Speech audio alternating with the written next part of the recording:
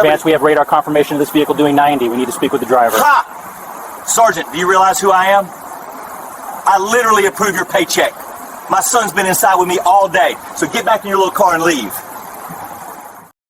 The standoff was just beginning, but Sergeant Rebecca Waterfield had already recognized the familiar pattern of entitlement that she'd encountered countless times during her decade in law enforcement. Her body cam recorded every moment as she maintained a professional stance, right hand resting near but not on her duty belt, left hand holding her department-issued tablet displaying the radar readings from 20 minutes earlier. Behind her, Officer Jason Bennett was maintaining position near their patrol vehicle, calling in their status and location to dispatch as per protocol when confronting a high-profile subject.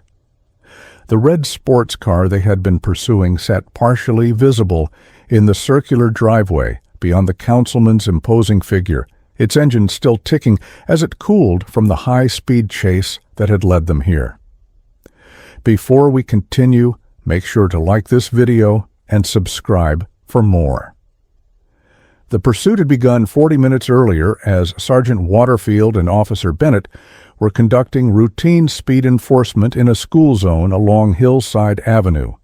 Their radar had captured the red Corvette traveling at 62 mph in the 25.5 mph zone, more than double the posted limit in an area crowded with children leaving after-school activities. When they activated their lights and siren, the vehicle had accelerated rather than stopped, reaching speeds of 90 mph through residential streets and blowing through 3 stop signs before disappearing into the exclusive Lakewood Heights gated community. The security guard at the entrance had been reluctant, but ultimately complied with their demands to open the gate, directing them to the Vance residence where the vehicle had disappeared moments before. Sergeant Waterfield took a controlled breath, keeping her voice calm and authoritative as she addressed the increasingly agitated councilman. "Mr. Vance, we tracked a vehicle registered to this address traveling at extremely dangerous speeds through a school zone and residential neighborhoods," she stated, turning her tablet to show him the recorded speeds and traffic violations. "The driver endangered dozens of lives and committed multiple felony offenses, including evading police," she continued, watching his face for any reaction that might betray knowledge or involvement. "We need to speak with the driver immediately, and our information indicates it's your son Derek," she concluded, noting the flicker of confirmation in his eyes despite his confrontational stance.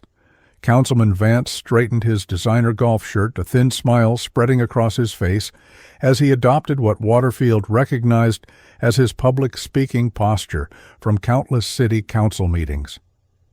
"Sergeant, I think there's been a misunderstanding," he said, his tone shifting to the smooth, practiced cadence he used when addressing constituents.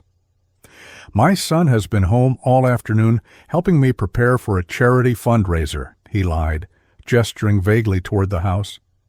"I don't know what vehicle you were pursuing, but I can assure you it wasn't ours," he added, despite the red Corvette sitting in plain view behind him, its custom license plate, Vance Jr., clearly visible from where they stood.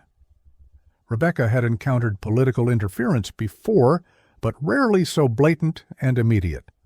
She tapped twice on her body cam. The department signaled to her partner that this interaction needed to be preserved with special care.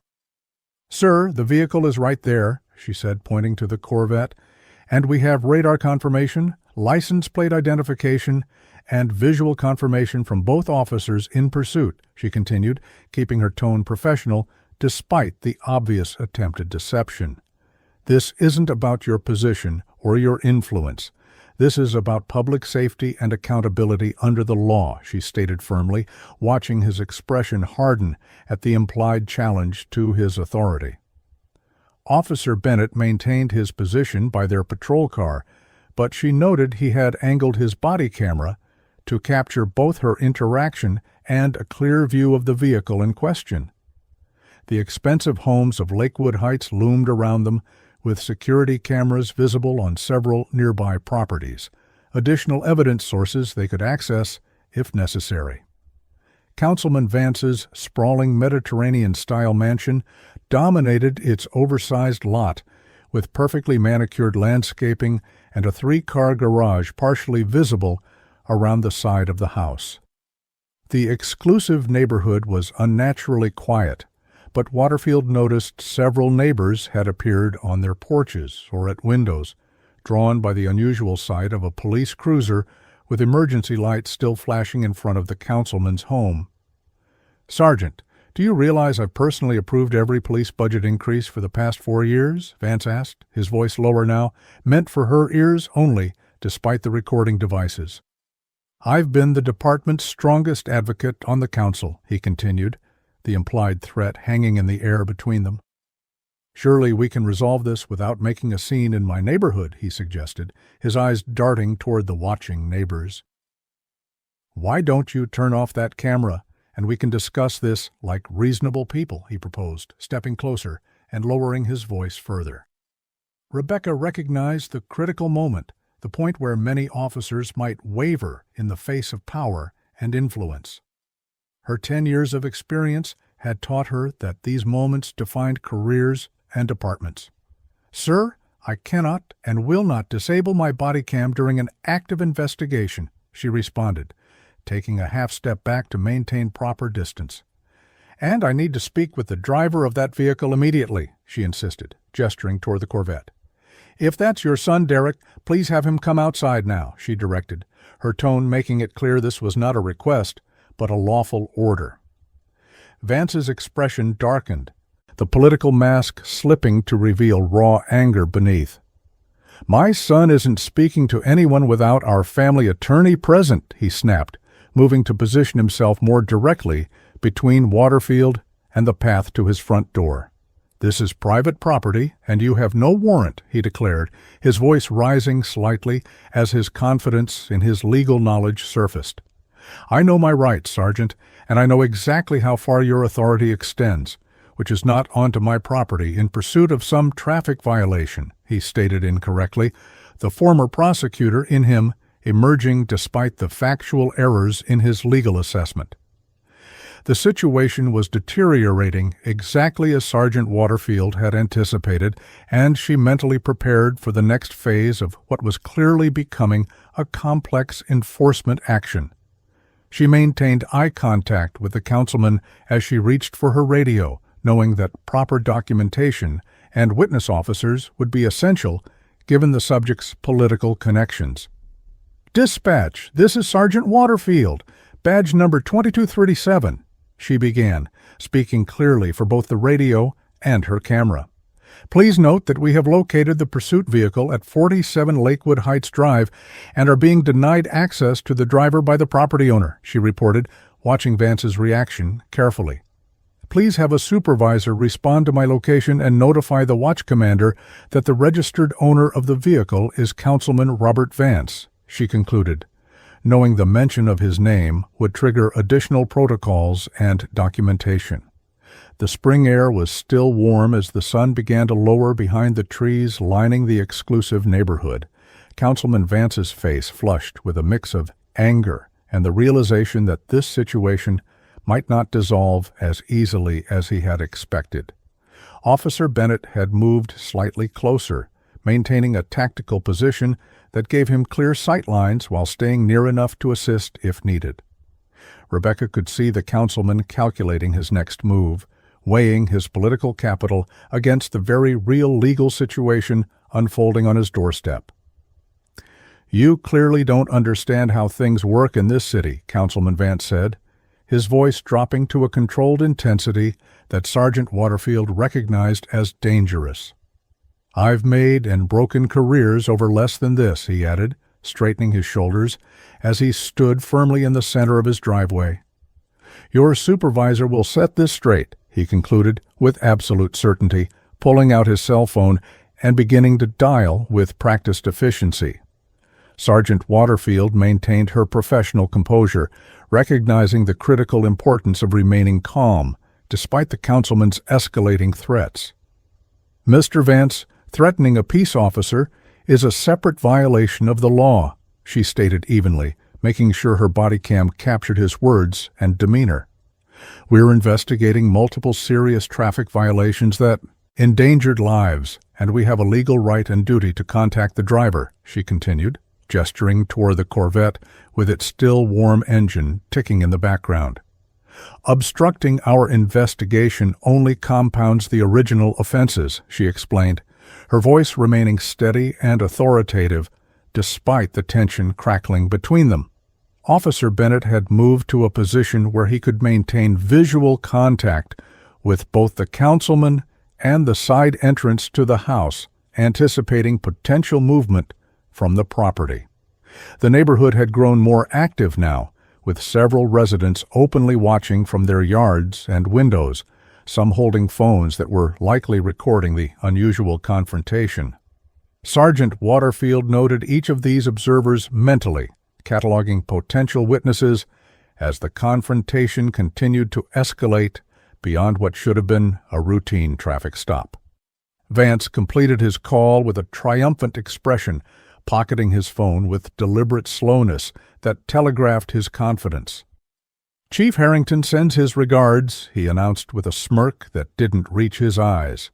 "He's personally reviewing this situation and will be calling you directly," he stated, crossing his arms over his chest with the satisfaction of someone accustomed to using connections to solve problems. "Until then, I suggest you return to your vehicle and wait," he directed, as though issuing orders to subordinates at City Hall. Rebecca's radio crackled to life before she could respond, and she maintained eye contact with Vance as she acknowledged the transmission. "Sergeant Waterfield, Lieutenant Rodriguez is en route to your location. ETA 5 minutes, the dispatcher reported. He requests you maintain position and continue standard protocols until his arrival," the voice continued, using the department's coded language that told Rebecca her chain of command was backing her procedure. Additionally, Chief Harrington has been notified of the situation and has directed that all officers follow department policy without deviation, the dispatcher concluded, effectively communicating that the chief was not intervening as Vance had implied. A flicker of uncertainty crossed the councilman's face as he processed the dispatcher's message, and Sergeant Waterfield used the moment to regain control of the interaction. "Mr. Vance, I understand you are concerned, but interfering with the police investigation is a serious matter, regardless of who's involved," she explained, her tone professional yet firm. "The driver of that vehicle endangered dozens of lives, including children in a school zone," she emphasized, appealing to his public persona as chair of the city's Safe Streets Initiative. "As someone who publicly advocates for traffic safety, I would expect you to understand the importance of accountability in cases like this," she added, strategically reminding him of the potential public relations impact of his current behavior. The mention of his public safety role seemed to strike a nerve, and Vance's expression shifted slightly as he recalculated his approach. "Listen, Sergeant, I believe in accountability too," he claimed, his voice adopting the reasonable tone he used during televised council meetings. "But my son is just 19, and a few mistakes shouldn't derail his future," he argued, inadvertently confirming what they had suspected about the driver. "He's already been accepted to law school for the fall," he added, as if academic achievement should somehow mitigate dangerous driving behavior. "Surely there's a way to handle this with an appropriate warning," he suggested, his voice lowering conspiratorially. Rebecca noted the inadvertent admission and saw Officer Bennett subtly shift his stance, indicating he had caught the confirmation as well. "Mr. Vance, you've just confirmed your son was driving the vehicle," she stated clearly for the record. "The violations we observed go well beyond what could be addressed with a warning," she explained, maintaining professional distance despite his attempt to establish a more familiar dynamic. "Evading police at high speeds through residential areas creates extreme danger to the public," she continued, letting the seriousness of the offense hang in the air between them. "This situation can still be resolved appropriately, but we need to speak with your son now," she concluded, extending one final opportunity for voluntary compliance before escalating enforcement actions. The councilman's jaw tightened as he realized his tactical error, and his posture stiffened with renewed defiance. "My son isn't speaking with anyone right now," he declared, taking a step closer to Sergeant Waterfield in what she recognized as a classic intimidation tactic. "And I'm not permitting any officer on my property without a warrant signed by a judge," he added, his voice rising slightly as his legal background asserted itself in his arguments. "I know every judge in this county, Sergeant," he noted, with unmistakable implication. "Do you really want to see how this plays out?" he challenged, his threat thinly veiled beneath the veneer of legal procedure. The standoff intensified as Officer Bennett casually repositioned himself, responding to Vance's physical posturing by creating a more advantageous tactical formation without making it obvious. Rebecca noticed movement at an upstairs window of the house, a young man's face briefly appearing before disappearing behind expensive curtains. "Mr. Vance, your son is watching this interaction right now," she observed calmly, gesturing toward the now empty window. "He's learning powerful lessons about accountability and respect for the law, based on your example," she noted, her words carrying the weight of deeper meaning. "Is this really the example you want to set?" she asked, appealing to his identity as a father rather than a politician. Vance's gaze flicked toward the window despite himself, confirming Rebecca's observation and momentarily fracturing his composed facade. "My relationship with my son is none of your concern," he snapped, the professional politician momentarily giving way to a defensive parent. "Derek has tremendous pressure on him as the son of a public figure," he continued, inadvertently naming his son for the official record. "You have no idea what it's like to live under that kind of scrutiny," he claimed, his voice carrying both anger and a hint of something that sounded almost like justification for his son's behavior.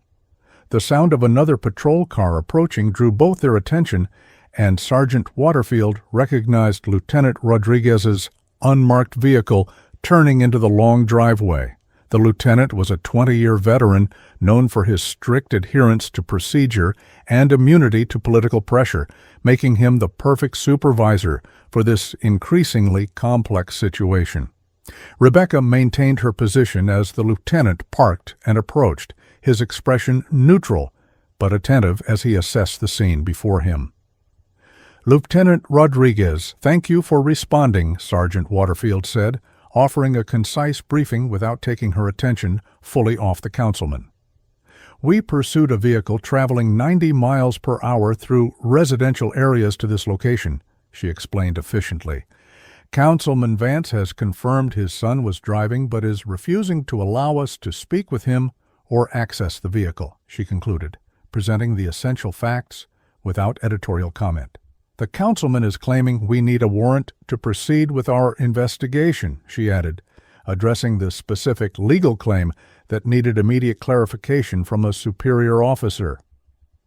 Lieutenant Rodriguez nodded once, his experienced eyes taking in the entire scene, the still warm Corvette, the defensive posture of the councilman, the gathering neighbors, and the barely visible face now watching again from the upstairs window. "Councilman Vance, I'm Lieutenant Miguel Rodriguez," he introduced himself with professional courtesy, but notably without the deference politicians often expected. "I understand there's some confusion about procedure here," he stated, his tone making it clear that the confusion was not on the part of his officers. "Hot pursuit doctrine gives officers legal authority to access private property when tracking a suspect who has fled from them," he explained calmly, citing the relevant legal principle. "No warrant is required in these circumstances," he concluded, effectively closing off that avenue of obstruction. Vance's expression hardened as he recognized the arrival of the lieutenant had not produced the outcome he expected. "I've already spoken with Chief Harrington," he countered, name-dropping with deliberate emphasis. "He assured me this matter could be handled with appropriate discretion," he claimed, the implication of special treatment hanging heavily in his words. "I don't think you want to create a confrontation here that will be remembered during next quarter's budget meetings, he added, his threat now explicit rather than implied as his position weakened. Lieutenant Rodriguez's expression remained impassive at the mention of budget threats, his 20 years of experience evident in his composed response. "Councilman, I respect your position in city government, but my officers are following proper procedure for a serious public safety violation," he stated calmly, glancing briefly at the body cams recording the interaction. "Chief Harrington has instructed us to handle this situation according to standard department protocols, which is exactly what we're doing," he continued, effectively neutralizing Vance's implied special arrangement with the chief. "Now, we need to speak with the driver of that vehicle immediately," he concluded, his tone making it clear that further obstruction would not be tolerated. Sergeant Waterfield observed the councilman's reaction, noting the momentary uncertainty that flickered across his face as he realized his usual tactics weren't working. The lieutenant's arrival had shifted the dynamic, adding another layer of professional authority and a second supervisor-level witness to Vance's increasingly problematic behavior. The red Corvette sat in the driveway like physical evidence of the truth, its custom license plate and still-cooling engine contradicting every denial the councilman had attempted.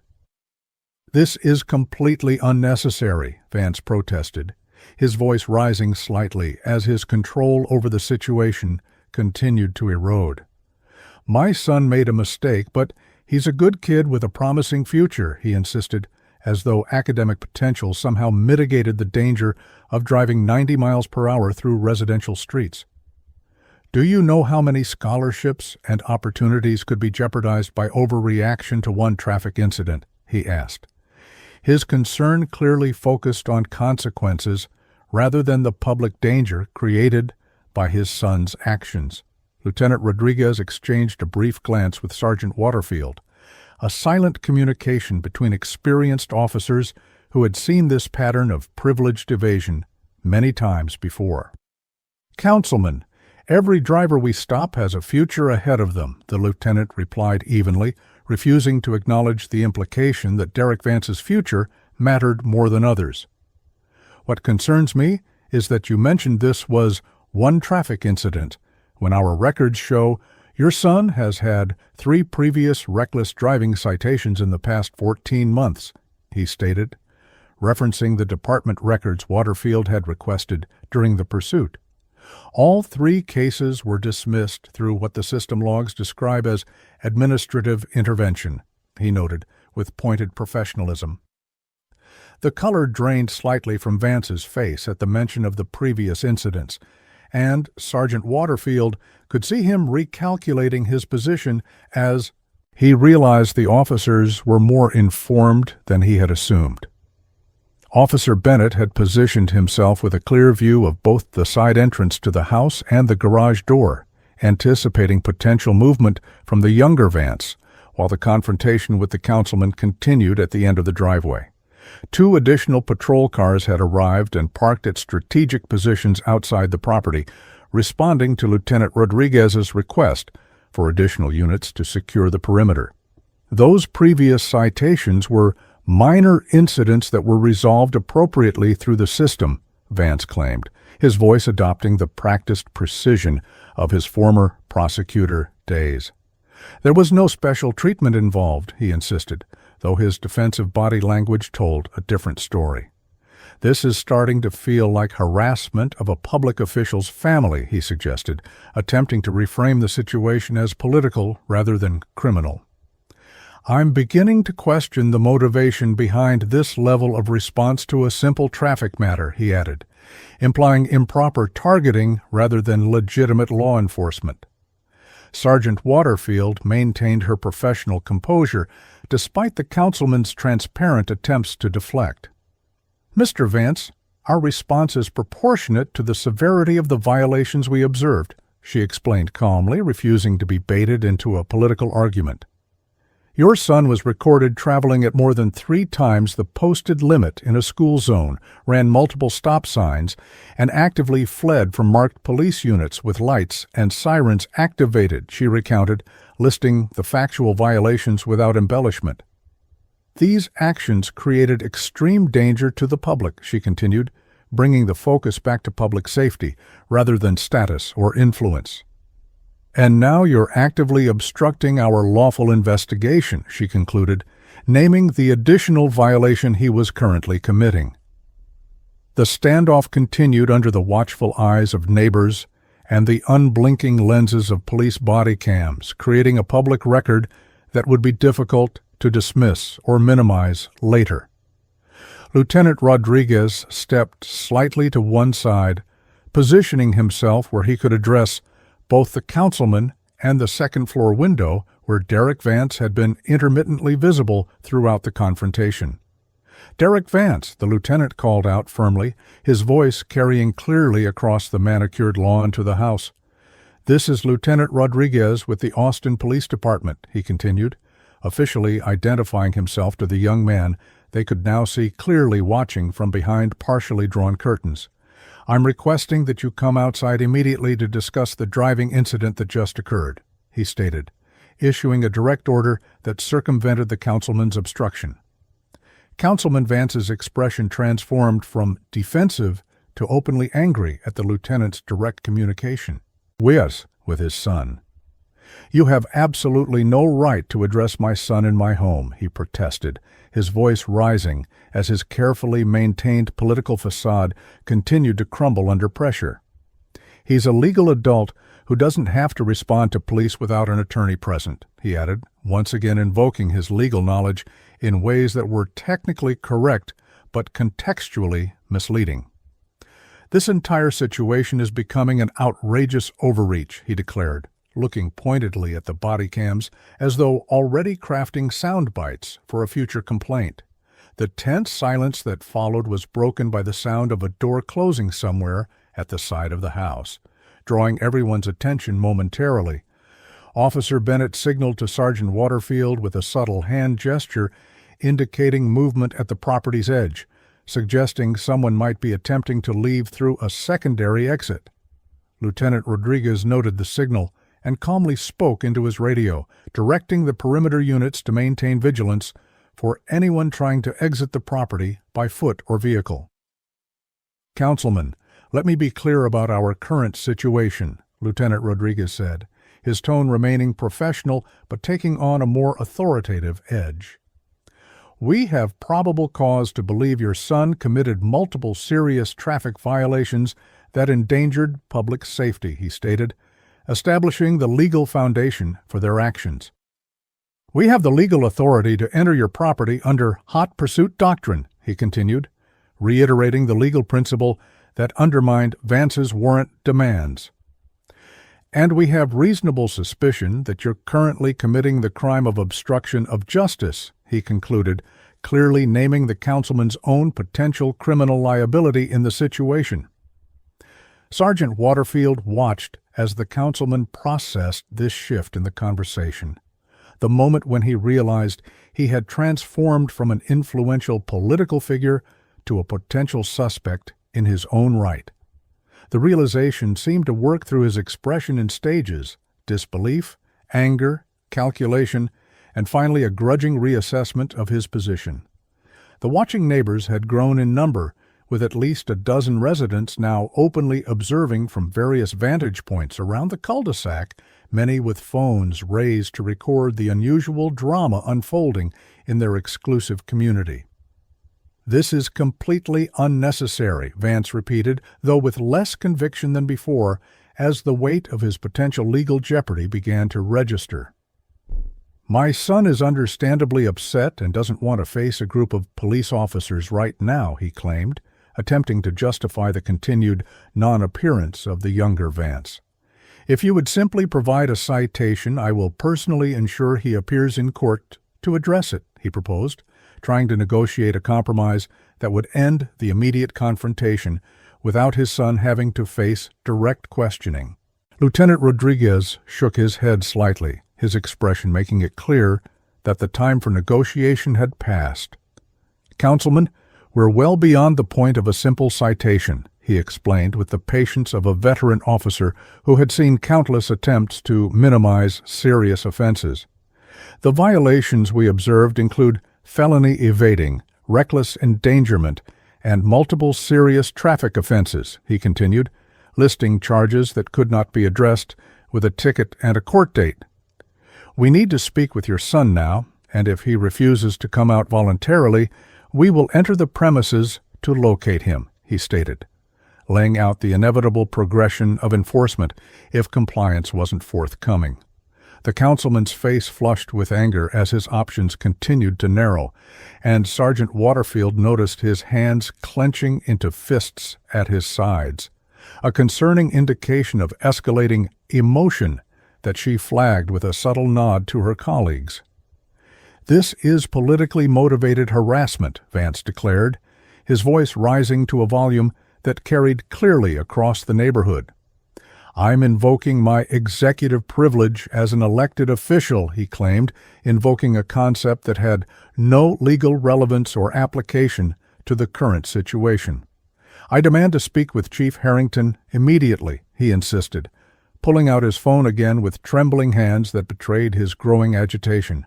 Officer Bennett had moved slightly to create a better tactical position, responding to the councilman's increasing signs of distress without making any overtly threatening movements. A radio call from one of the perimeter units confirmed the movement at the rear fence line of the property, suggesting someone might be attempting to leave through a neighboring yard. Sergeant Waterfield maintained her focus on the increasingly agitated councilman while processing this new information, recognizing that the situation was approaching a critical decision point where direct action would become necessary. "Mr. Vance, there's no such thing as executive privilege for city council members in a law enforcement situation," Lieutenant Rodriguez stated firmly, addressing the councilman's legal misrepresentation directly. "You're currently impeding a lawful police investigation, and I'm giving you one final opportunity to cooperate before we take necessary enforcement action," he warned, his tone making it clear that the department's patience had reached its limit. "Please step aside and allow us to approach the residence," he directed, gesturing toward the path that Vance had been physically blocking throughout the confrontation. Sergeant Waterfield observed the councilman's physical reaction to the lieutenant's ultimatum. The slight widening of his stance, the subtle shift of weight to the balls of his feet, and the tightening of his jaw that suggested he was considering physical resistance. Her years of experience in potentially volatile encounters allowed her to recognize these pre-assault indicators without appearing to focus on them directly. Officer Bennett had also noted the signs and had adjusted his position accordingly, creating a more advantageous angle if intervention became necessary while maintaining a non-threatening demeanor. "I will not step aside," Councilman Vance declared, his voice carrying the absolute certainty of someone accustomed to having his commands obeyed without question. "This is still my property, and I do not consent to any officer approaching my home," he insisted, raising his hands in what appeared to be a blocking gesture that stopped just short of physical contact with the officers. "I've already contacted the police chief, the mayor, and my attorney," he claimed, though his phone remained clutched unused in his hand. "You'll all be looking for new careers by tomorrow morning if you continue this harassment," he threatened, his voice rising with each word. The perimeter officers reported additional movement at the back of the property, confirming that someone was actively attempting to scale the decorative wrought iron fence that separated the Vance estate from the neighboring property. Lieutenant Rodriguez acknowledged the information with a calm professionalism that contrasted sharply with the councilman's escalating behavior. "Mr. Vance, we have officers reporting that someone is attempting to flee your property through the back fence line," he stated evenly, watching the councilman's face for reaction. "Is your son trying to evade police for a second time today?" he asked directly, bringing the focus back to the original violation that had initiated the entire encounter. Vance's expression flickered with momentary uncertainty as he processed this new information, suggesting he hadn't been aware of his son's apparent escape attempt.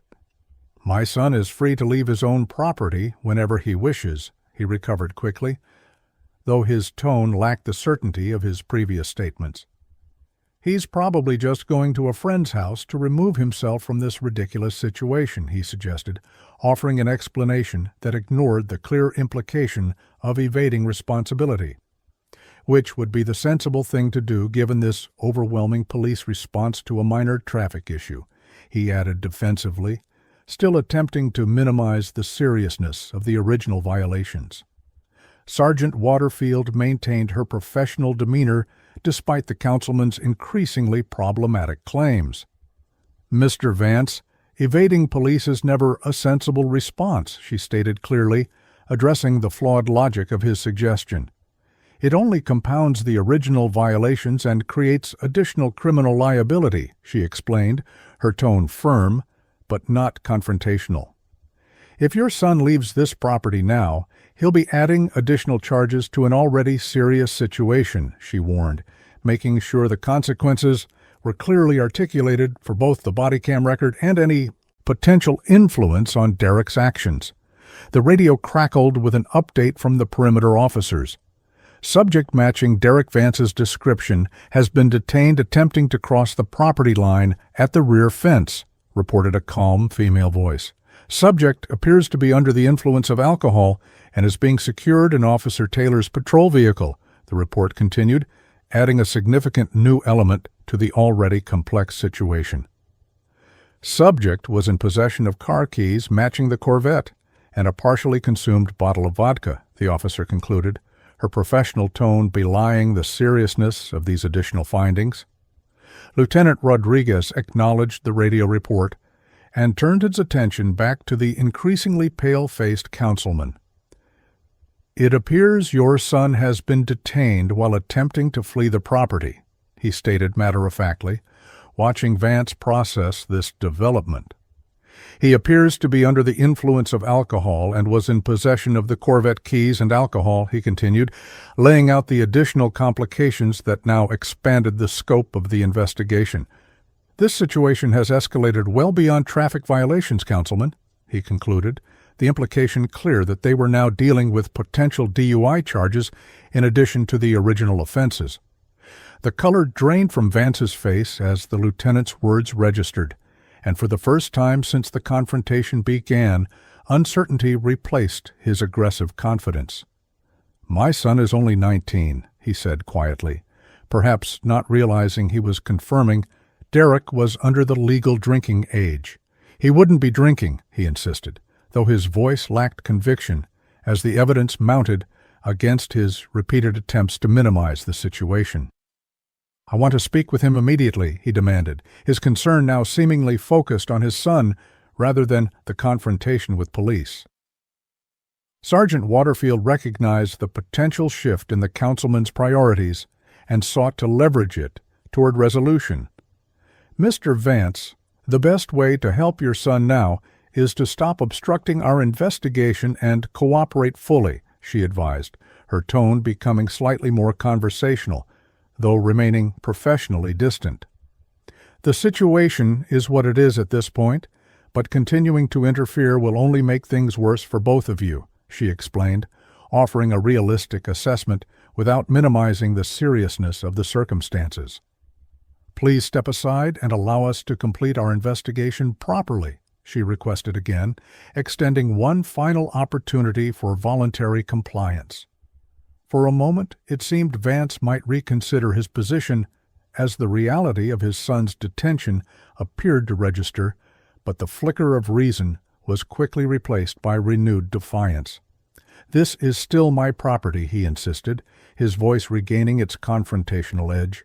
"And my son is a minor who needs parental representation," he claimed, incorrectly contradicting his earlier statement that Derek was a legal adult and ignoring that 19 was legally an adult in their jurisdiction.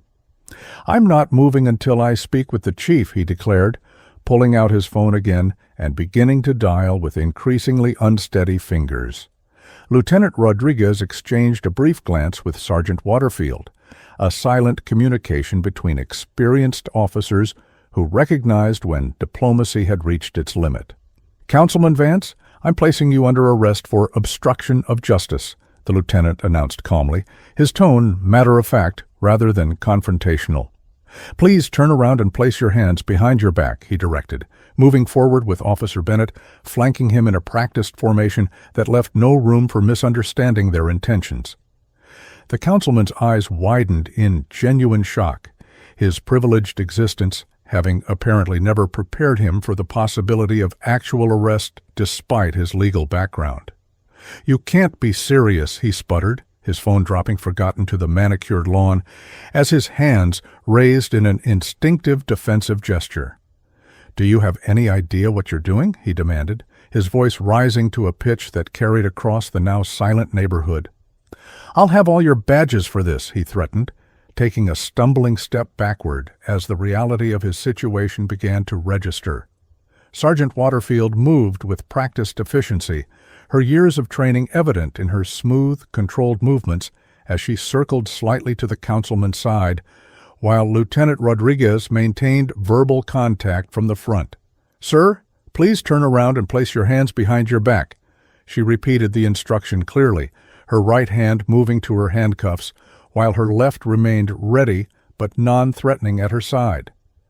"Resisting will only add additional charges," she advised professionally, recognizing the signs of potential physical resistance in his posture and preparing accordingly. The gathering crowd of neighbors had grown silent, phones recording as the unprecedented scene unfolded in their exclusive community. The councilman's gaze darted between the officers and the audience of residents, perhaps realizing for the first time that his behavior was being witnessed by the very constituents whose respect he had always taken for granted. The moment stretched with tension as Vance visibly struggled between his instinct to resist and his awareness of the public nature of this confrontation. "This is an outrage," Councilman Vance declared, his voice carrying across the now silent cul-de-sac as neighbors watched with a mixture of shock and fascination. "I'm an elected official conducting city business," he claimed, though nothing about his obstruction could remotely qualify as official duties. "You'll regret this decision for the rest of your careers," he threatened, his face flushed with anger and embarrassment as he stood rooted in place, neither complying nor actively resisting. Lieutenant Rodriguez maintained his professional demeanor despite the councilman's threats, his decades of experience evident in his calm response to the escalating situation. "Mr. Vance, your status as an elected official doesn't exempt you from following the law," he stated clearly, his voice steady and authoritative. "In fact, as chair of the Public Safety Committee, you should understand better than most the importance of cooperating with police during an investigation," he continued, highlighting the irony of the councilman's position.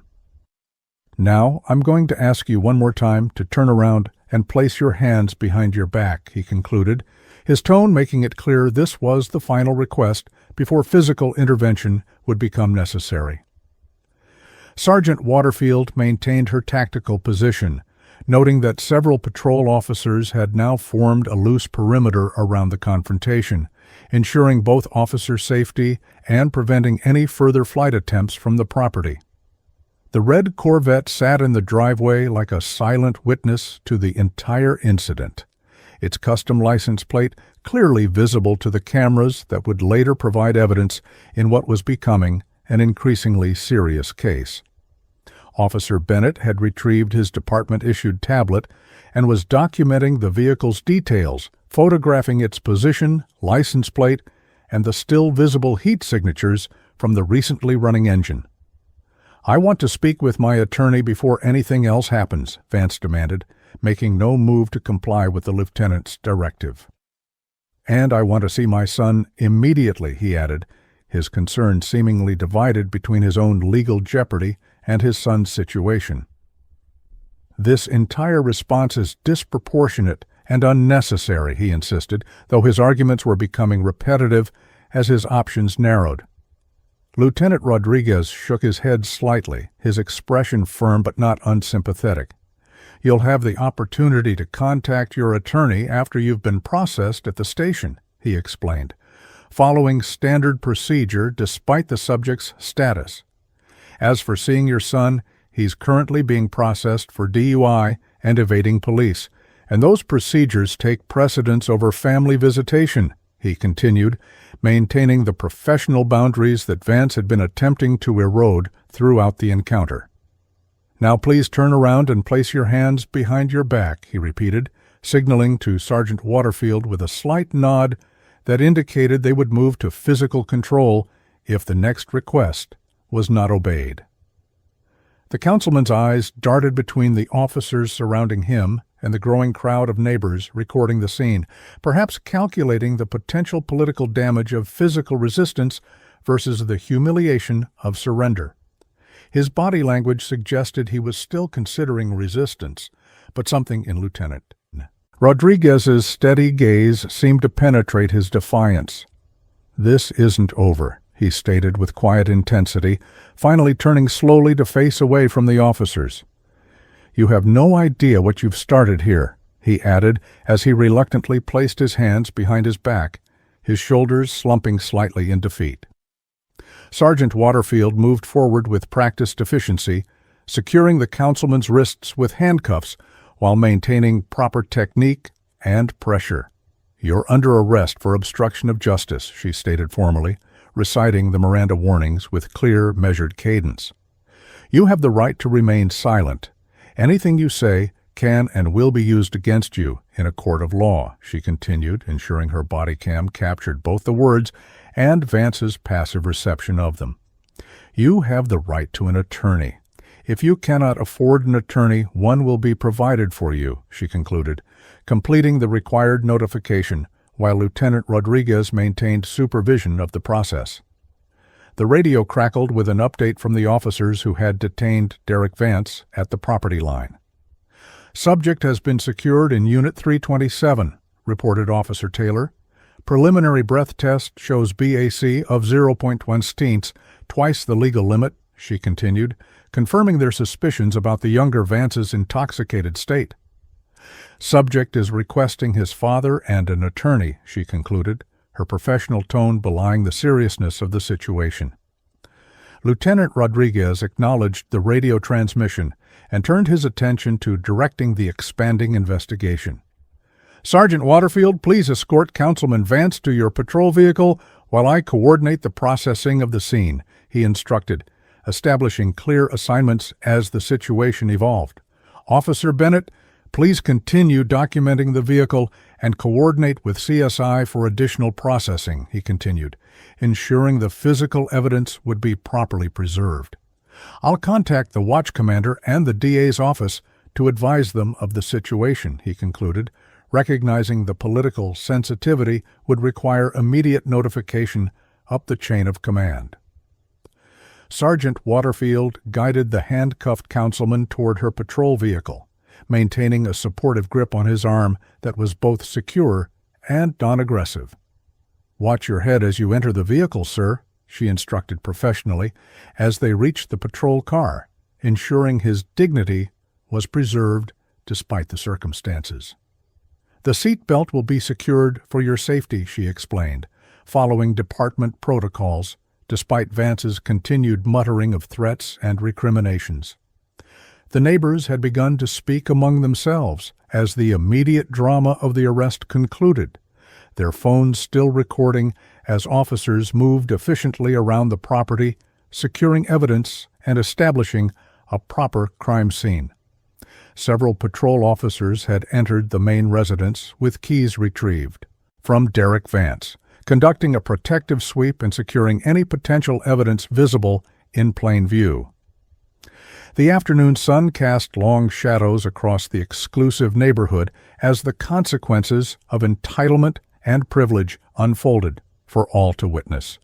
"You've made the biggest mistake of your career," Vance said quietly, as Sergeant Waterfield secured his seatbelt, his tone more controlled now but carrying an unmistakable threat. "I have friends in every level of city government," he continued, his voice low enough that only she could hear it. "This arrest won't stick, and when it's dismissed, I'll remember everyone involved," he promised, his eyes meeting hers with cold calculation. Rebecca had heard similar threats throughout her career and recognized them as the desperate attempts of the privileged to maintain control in situations where their usual influence had failed them.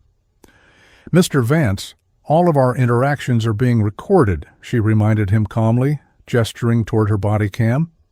"Threatening officers will only complicate your situation," she advised professionally, neither intimidated nor antagonistic in her response.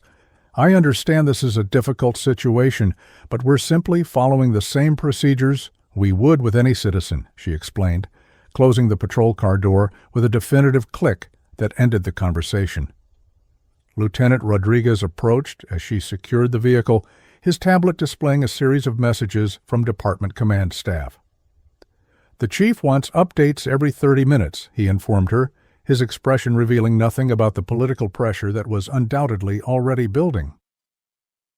"The DA's office is sending Assistant District Attorney Morales to oversee the case personally," he continued, naming a prosecutor known for his immunity to political influence. "And Mayor Thompson has issued a statement affirming that no one is above the law and expressing full confidence in department procedures," he concluded, summarizing the initial official responses to the high-profile arrest. Sergeant Waterfield nodded her understanding, impressed but not surprised by the swift alignment of department leadership behind their actions. "I've secured Councilman Vance in my unit," she reported professionally. "He's continuing to make threats regarding our careers and the case's viability," she added, ensuring the lieutenant was aware of the councilman's post-arrest behavior. "Officer Bennett has completed preliminary documentation of the vehicle and is coordinating with CSI for processing," she continued, summarizing the status of the investigation. "How would you like me to proceed with transport?" she inquired, seeking specific direction, given the high-profile nature of the detainee. The lieutenant considered the question briefly before responding. "Process him according to standard protocols, but request a supervisor meet you at intake," he directed, balancing proper procedure with the political realities of the situation. "I want everything documented with absolute precision," he emphasized, his experienced eyes conveying the importance of flawless procedure. "The body cam footage will be flagged for immediate preservation and review," he added, acknowledging the evidentiary value of the extensive recording. "I'll remain on scene to coordinate the processing of the vehicle and residents," he concluded, establishing a clear division of responsibilities as the investigation proceeded on multiple fronts. Officer Bennett approached with his tablet displaying a series of photographs he had taken of the Corvette.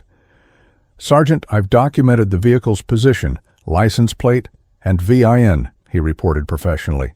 "The engine was still warm when we arrived, confirming recent operation," he continued, establishing the timeline that connected the vehicle to the pursuit. "I also noted several open alcohol containers in the center console, visible through the window in plain view," he added, providing additional evidence supporting the DUI charges against the younger Vance. "CSI is en route and should arrive within 15 minutes, he concluded, summarizing the status of the vehicle processing. Sergeant Waterfield reviewed the photographs, noting the meticulous documentation that would be critical in building a solid case. "Excellent work, Officer Bennett," she acknowledged, recognizing the thoroughness of his evidence collection. "Has the property been completely secured?" she inquired, ensuring all potential escape routes or evidence locations had been properly addressed. "And has Derek Vance been Mirandized and processed for the DUI?" she continued, mentally tracking the parallel investigations that had emerged from the original traffic violation. The young officer nodded affirmatively, his professionalism evident in his comprehensive response. "The residence has been secured with officers at all exits," he confirmed, gesturing toward the officers visible at various points around the property. "Derek Vance has been Mirandized and processed according to DUI protocols, including a recorded breath test and field sobriety assessment, he continued, addressing the second part of her question. Officer Taylor is transporting him to the station for booking now, he concluded, completing his status report with the efficiency expected of experienced officers. The scene had transformed from a simple traffic stop into a complex, multifaceted investigation with political implications that would likely reverberate through the department and city government for months to come. Sergeant Waterfield took a moment to observe the activity around her. Officers securing evidence, neighbors watching and recording, the imposing house standing as a monument to the privilege that had fostered such entitlement. The red Corvette that had started the entire incident sat in the driveway, its custom license plate now photographed and documented as evidence in what had become a case study in accountability versus influence. Sergeant Waterfield settled into the driver's seat of her patrol vehicle, adjusting her body cam to ensure it captured both her and the handcuffed councilman visible in the rearview mirror. "I'm transporting you to the central booking facility, Mr. Vance," she informed him professionally, maintaining the formal address appropriate for a detainee regardless of their social status. "The drive will take approximately 20 minutes depending on traffic," she continued, providing the basic information that was standard procedure for all transports. "As I mentioned earlier, you'll have the opportunity to contact your attorney once the booking process is initiated," she concluded, addressing his earlier demand without making special accommodations. Councilman Vance sat rigidly in the back seat, the reality of his situation apparently beginning to register as the patrol car pulled away from his prestigious address with neighbors still watching and recording. "This arrest is a political hit job," he declared, his voice steadier now as he seemed to be rehearsing future statements for the media. "I've championed police budget increases for years, and this is how the department shows gratitude," he continued, attempting to reframe his obstruction as an issue of political loyalty rather than law enforcement. "Chief Harrington will be explaining himself to the full council very soon," he added, his threats becoming more institutional than personal, as the initial shock of his arrest gave way to strategic thinking. The patrol car moved through the exclusive Lakewood Heights community, passing the guardhouse where the private security officer watched, wide-eyed, as an elected official left the premises in handcuffs. Sergeant Waterfield maintained a professional silence in response to the councilman's accusations, focusing on her driving while allowing the body cam to record his statements without engagement or argument. The radio provided occasional updates about Derek Vance's transport and the continuing processing of the scene, each transmission adding to the documentation of a thorough and by-the-book investigation. "My son has never had any special treatment," Vance stated after several minutes of silence, apparently feeling compelled to address the earlier revelations about dismissed citations. Those prior incidents were minor technical violations that any reasonable prosecutor would have declined to pursue, he claimed, his former prosecutor's vocabulary emerging as he constructed his defense. "The suggestion that I influenced those outcomes is not only false, but potentially slanderous," he added, his tone suggesting he was speaking more for the recording than for Sergeant Waterfield herself. Rebecca maintained her professional focus on driving, recognizing the councilman's statements as potential evidence rather than conversation requiring response. The patrol car turned onto the main boulevard leading downtown, joining the late afternoon traffic flowing toward the city center. The radio updated her that Derek Vance had arrived at central booking and was being processed according to standard DUI protocols. His blood alcohol content officially confirmed at 0.16, twice the legal limit for adults and completely illegal for a 19-year-old. "I want to be processed separately from my son," Vance said suddenly, breaking the silence that had settled over the vehicle. "He's in a vulnerable state right now, and seeing me in custody would be unnecessarily traumatic for him," he explained, his concern apparently genuine, despite the self-serving nature of his earlier behavior. "Can you arrange that?" he asked, his tone shifting from demanding to something closer to requesting, for perhaps the first time since the interaction began. Sergeant Waterfield considered the request, weighing standard procedure against the practical realities of the situation. "Separate processing is standard procedure for co-defendants," she explained professionally, addressing his concern without making it appear as special accommodation. "You'll be processed through different intake channels based on the nature of your respective charges," she continued, providing factual information rather than appeasing his status concerns. "The booking areas for obstruction and DUI cases are separate in our facility," she concluded, effectively granting his request without deviating from normal departmental procedures. The councilman nodded slightly, appearing to appreciate the straightforward response without special deference. "I'm concerned about my son's future," he admitted, after another stretch of silence, his voice quieter and lacking the confrontational edge that had characterized most of their interaction. "He's had some struggles with the pressure of being in the public eye," he continued, offering what sounded like a genuine explanation rather than an excuse. "I've tried to protect him, maybe too much," he added, a rare moment of reflection that hinted at self-awareness regarding his enabling behavior. Rebecca recognized the potential opening for a more productive dialogue, but maintained her professional boundaries, acknowledging his statement with a simple, "I understand parenting can be challenging," without elaborating or offering personal opinions that might later be characterized as unprofessional engagement with a detainee.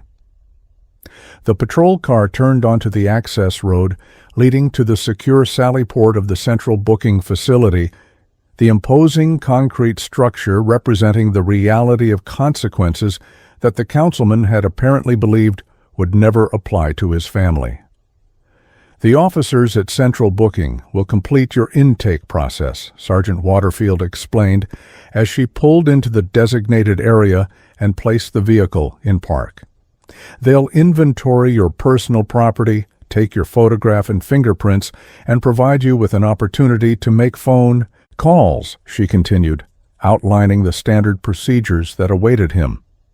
"A supervisor will oversee the process to ensure everything proceeds according to protocol," she concluded, indirectly addressing any concerns about potential retaliation without acknowledging the validity of such fears. The Sallyport door closed behind them with a definitive mechanical thud that seemed to echo the finality of the councilman's situation. Sergeant Waterfield exited the vehicle and followed proper procedure for removing a detainee, maintaining appropriate control while avoiding any unnecessary discomfort or embarrassment. "Please watch your step as you exit the vehicle," she directed professionally, supporting his arm as he maneuvered out of the back seat with his hands still secured behind him. Booking officers approached with a wheelchair, following standard protocol for processing high-profile detainees that minimized both flight risk and potential allegations of mistreatment. "Councilman Vance, I'm Sergeant Harris from Central Booking." The senior officer introduced himself with professional courtesy, but notably without deference. "We're going to process you through intake now," he explained, gesturing toward the wheelchair. "This is standard procedure for all detainees in your classification," he added, preemptively addressing any concerns about special treatment, either preferential or punitive. Vance regarded the wheelchair with evident distaste, but settled into it without protest, his earlier combativeness apparently diminished by the reality of the booking facility. "I assume my attorney will be permitted to meet me here?" he inquired, his tone now more questioning than demanding as the institutional environment reinforced the seriousness of his situation. "I've already had my executive assistant contact him," he added, suggesting he had been planning legal representation even while protesting his innocence. Sergeant Harris nodded affirmatively as he began wheeling the councilman toward the intake area.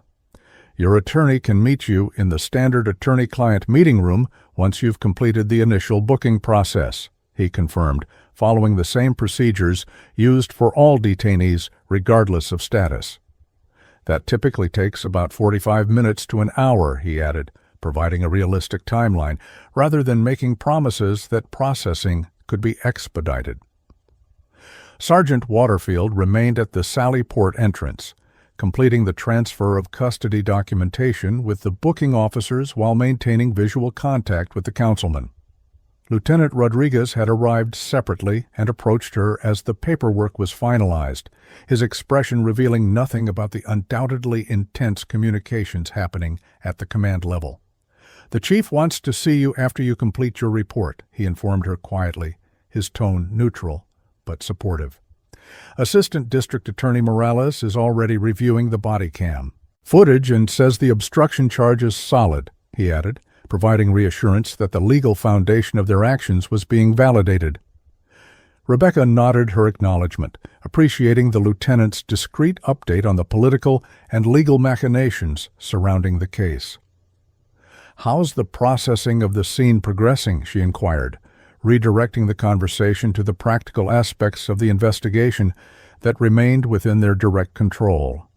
"And has there been any media response yet?" she added, recognizing that a high-profile arrest of this nature would inevitably attract press attention. Lieutenant Rodriguez consulted his tablet briefly before responding. "CSI has completed processing the vehicle and found additional evidence supporting the DUI charge, including multiple empty alcohol containers," he reported efficiently. "They've also retrieved security camera footage from the residence showing Derek Vance arriving approximately 10 minutes before our pursuit, driving erratically up the driveway," he continued, describing evidence that further solidified the timeline and connection between driver and vehicle. As for media, the department's public information officer has issued a brief statement confirming that Councilman Vance and his son have been detained in relation to a traffic incident and obstruction investigation, he concluded, summarizing the current status without unnecessarily elaborating on details that would soon become public knowledge regardless.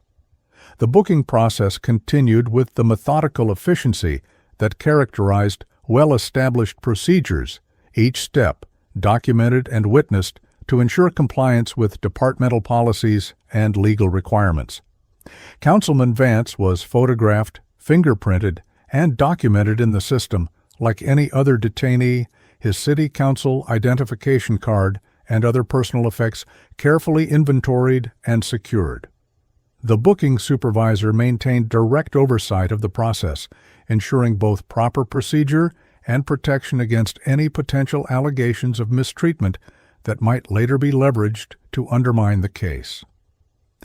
Sergeant Waterfield completed her transfer documentation and prepared to return to the station to finalize her reports, knowing that every detail would be scrutinized given the high-profile nature of the arrest.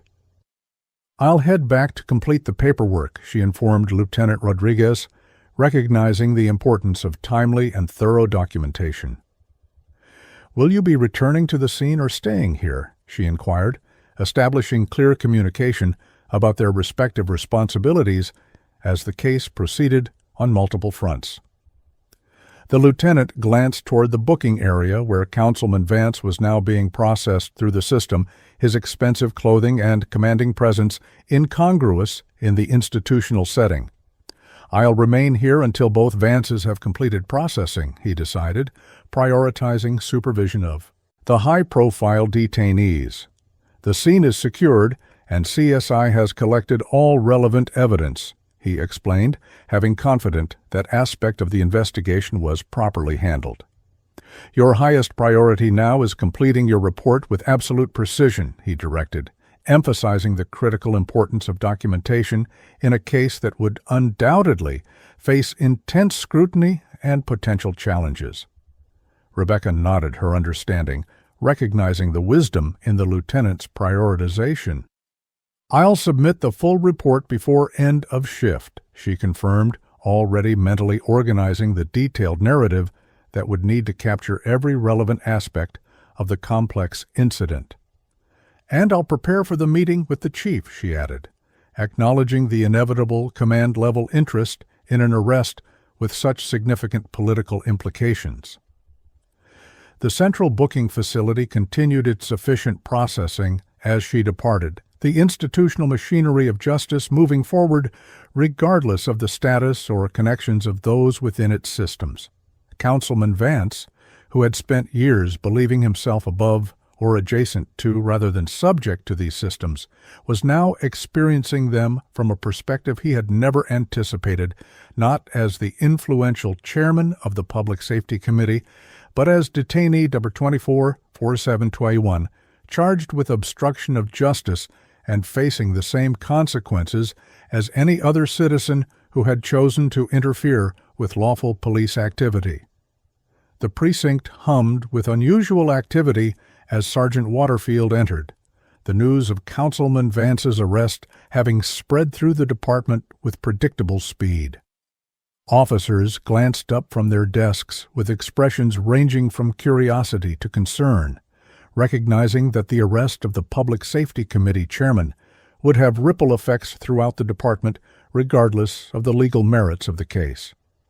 Captain Ramirez, the precinct commander, gestured for Rebecca to join him in his office, his typically stoic expression revealing nothing about his thoughts on the high-profile arrest his officers had just executed. "Close the door, Sergeant," Captain Ramirez directed as she entered, his tone professional but not unfriendly. "I've reviewed the preliminary report and spoken with Lieutenant Rodriguez," he continued, gesturing for her to take a seat across from his desk. "Walk me through your decision-making process during this incident," he requested, his question focused on procedure rather than second-guessing her actions. "The chief will want specifics about how the situation escalated to an arrest," he explained, clarifying that this was preparation rather than interrogation. Rebecca settled into the chair, maintaining the professional posture ingrained through years of service. "The incident began as a routine speed enforcement operation in a school zone on Hillside Avenue," she began, outlining the chronology with precise detail. "Officer Bennett and I recorded a red Corvette traveling at 62 miles per hour in a 25 zone at approximately 15:30 hours, she continued, establishing the initial violation that had triggered the entire sequence. "When we activated lights and siren to initiate a traffic stop, the vehicle accelerated to approximately 90 miles per hour through residential streets running multiple stop signs," she explained, describing the transformation from traffic violation to felony evasion. "We maintained pursuit according to department policy given the danger to the public and tracked the vehicle to the Lakewood Heights gated community," she concluded, bringing the narrative to the point where the confrontation with Councilman Vance had begun. Captain Ramirez nodded thoughtfully, making occasional notes as she spoke.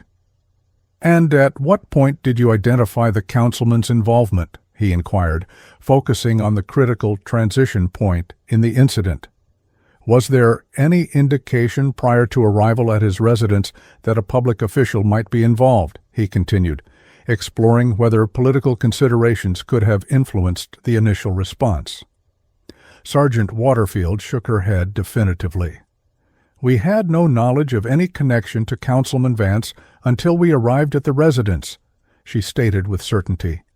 "The vehicle was registered to Robert Vance, Jr., which didn't immediately flag as the councilman's son in our system," she explained, addressing the lack of advance warning. "It wasn't until the councilman himself intercepted us in the driveway and identified himself that we became aware of his involvement," she concluded, establishing the unexpected nature of the political connection. The captain considered this information apparently satisfied with the lack of pre-existing knowledge that might suggest targeted enforcement. "And walk me through the decision to arrest rather than de-escalate," he requested, addressing what would undoubtedly be a central question in the inevitable review. "Was there a specific turning point that made arrest necessary?" he asked, seeking the critical decision point that had transformed a confrontation into a custodial situation. Rebecca considered the question carefully, recognizing its importance in the narrative. The councilman was given multiple opportunities to comply with lawful orders, she began, framing the progressive nature of the encounter. He repeatedly refused to allow us access to the driver of the vehicle, physically blocked our path to the residence, and explicitly stated he would not comply, she continued, establishing the pattern of obstruction. Lieutenant Rodriguez provided a final warning that continued obstruction would result in arrest, which the councilman disregarded, she explained, highlighting the clear notice given before enforcement action. When it became apparent that he would continue physically preventing our lawful investigation, the decision was made to place him under arrest, she concluded, presenting the arrest as the inevitable result of the councilman's own choices rather than an arbitrary decision by officers. Captain Ramirez nodded slowly, appearing satisfied with the procedural progression she had outlined. "The body cam footage supports your account," he confirmed, gesturing toward his computer screen where he had apparently reviewed the recordings. "The councilman clearly created a situation where you had no reasonable alternative to arrest," he continued, offering what amounted to endorsement of the decision. "The chief is meeting with the mayor now, but he's requested you join them at 1700 hours to review the incident," he added, checking his watch to indicate this meeting was less than an hour away. Sergeant Waterfield acknowledged the upcoming meeting with a professional nod, recognizing the significance of being called to brief both the chief and mayor directly. "I'll complete my formal report immediately," she committed, prioritizing the thorough documentation that would be essential for both the criminal case and the inevitable political scrutiny. "Has there been any update on the status of either Councilman Vance or his son?" she inquired, seeking to understand the current situation before entering the high-level briefing. The captain consulted his tablet before responding.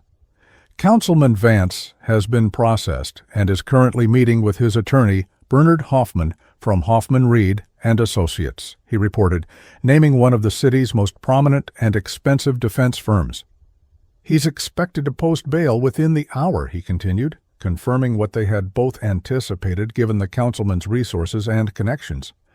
"His son Derek is still being processed on the DUI and evading charges, with blood samples drawn and sent to the lab for toxicology confirmation," he added, addressing the parallel case that had spawned the entire confrontation.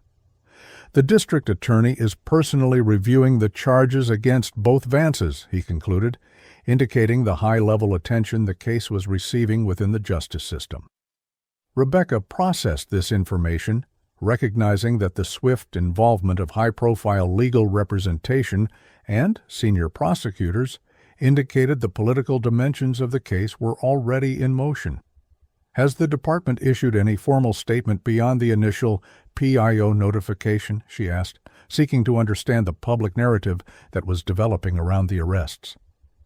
"And has there been any significant media response?" she continued, knowing that public perception would inevitably influence how the department leadership approached the situation. Captain Ramirez's expression remained neutral, though a slight tightening around his eyes suggested concern about the media dimension. "The department has issued a brief factual statement confirming the arrests and basic charges," he replied, indicating an appropriately restrained initial response.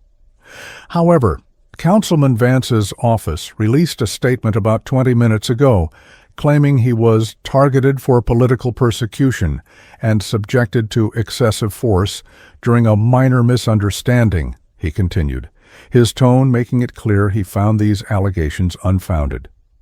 "Several news crews are already outside the station, and the story is leading on all local outlets," he added, confirming the case had already achieved the high profile they had anticipated.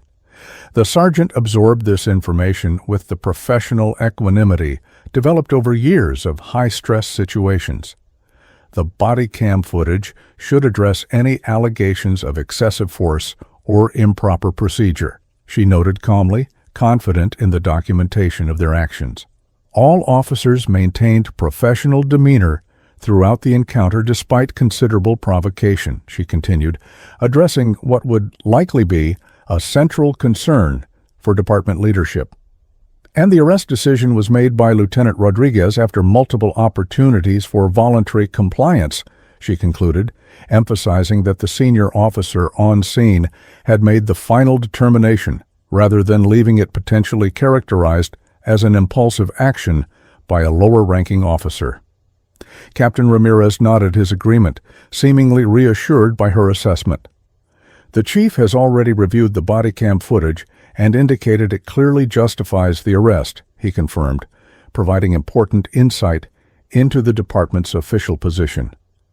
His concern now is managing the political fallout while supporting his officers and maintaining departmental integrity, he explained, succinctly summarizing the complex balancing act facing leadership. Your report needs to be absolutely bulletproof, Sergeant, he emphasized, stressing the importance of thorough documentation. Every detail, every warning given, every opportunity for compliance needs to be clearly established, he directed, outlining the standard that would be necessary given the inevitable scrutiny. Rebecca acknowledged the direction with a professional nod, recognizing both the challenge and the opportunity presented by the high-profile case. I'll complete the report immediately, Captain, she committed, already mentally organizing the detailed chronology and specific observations that would need to be captured. Is there anything specific the Chief wants me to address in the briefing? She inquired, seeking to understand expectations for the upcoming meeting with senior leadership. The captain considered the question briefly before responding. The Chief wants your professional assessment of whether the councilman's behavior was momentary poor judgment or part of a pattern, he explained, identifying a key distinction that would influence how the department approached the case.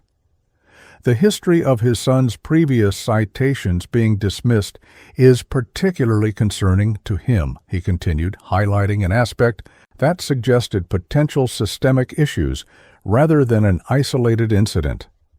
And he'll want your read on whether the councilman's threats about budgets and careers were heat-of-the-moment bluster or indicative of how he's previously used his position, he concluded, framing the question that potentially transformed the incident from a simple obstruction case to a matter of public corruption.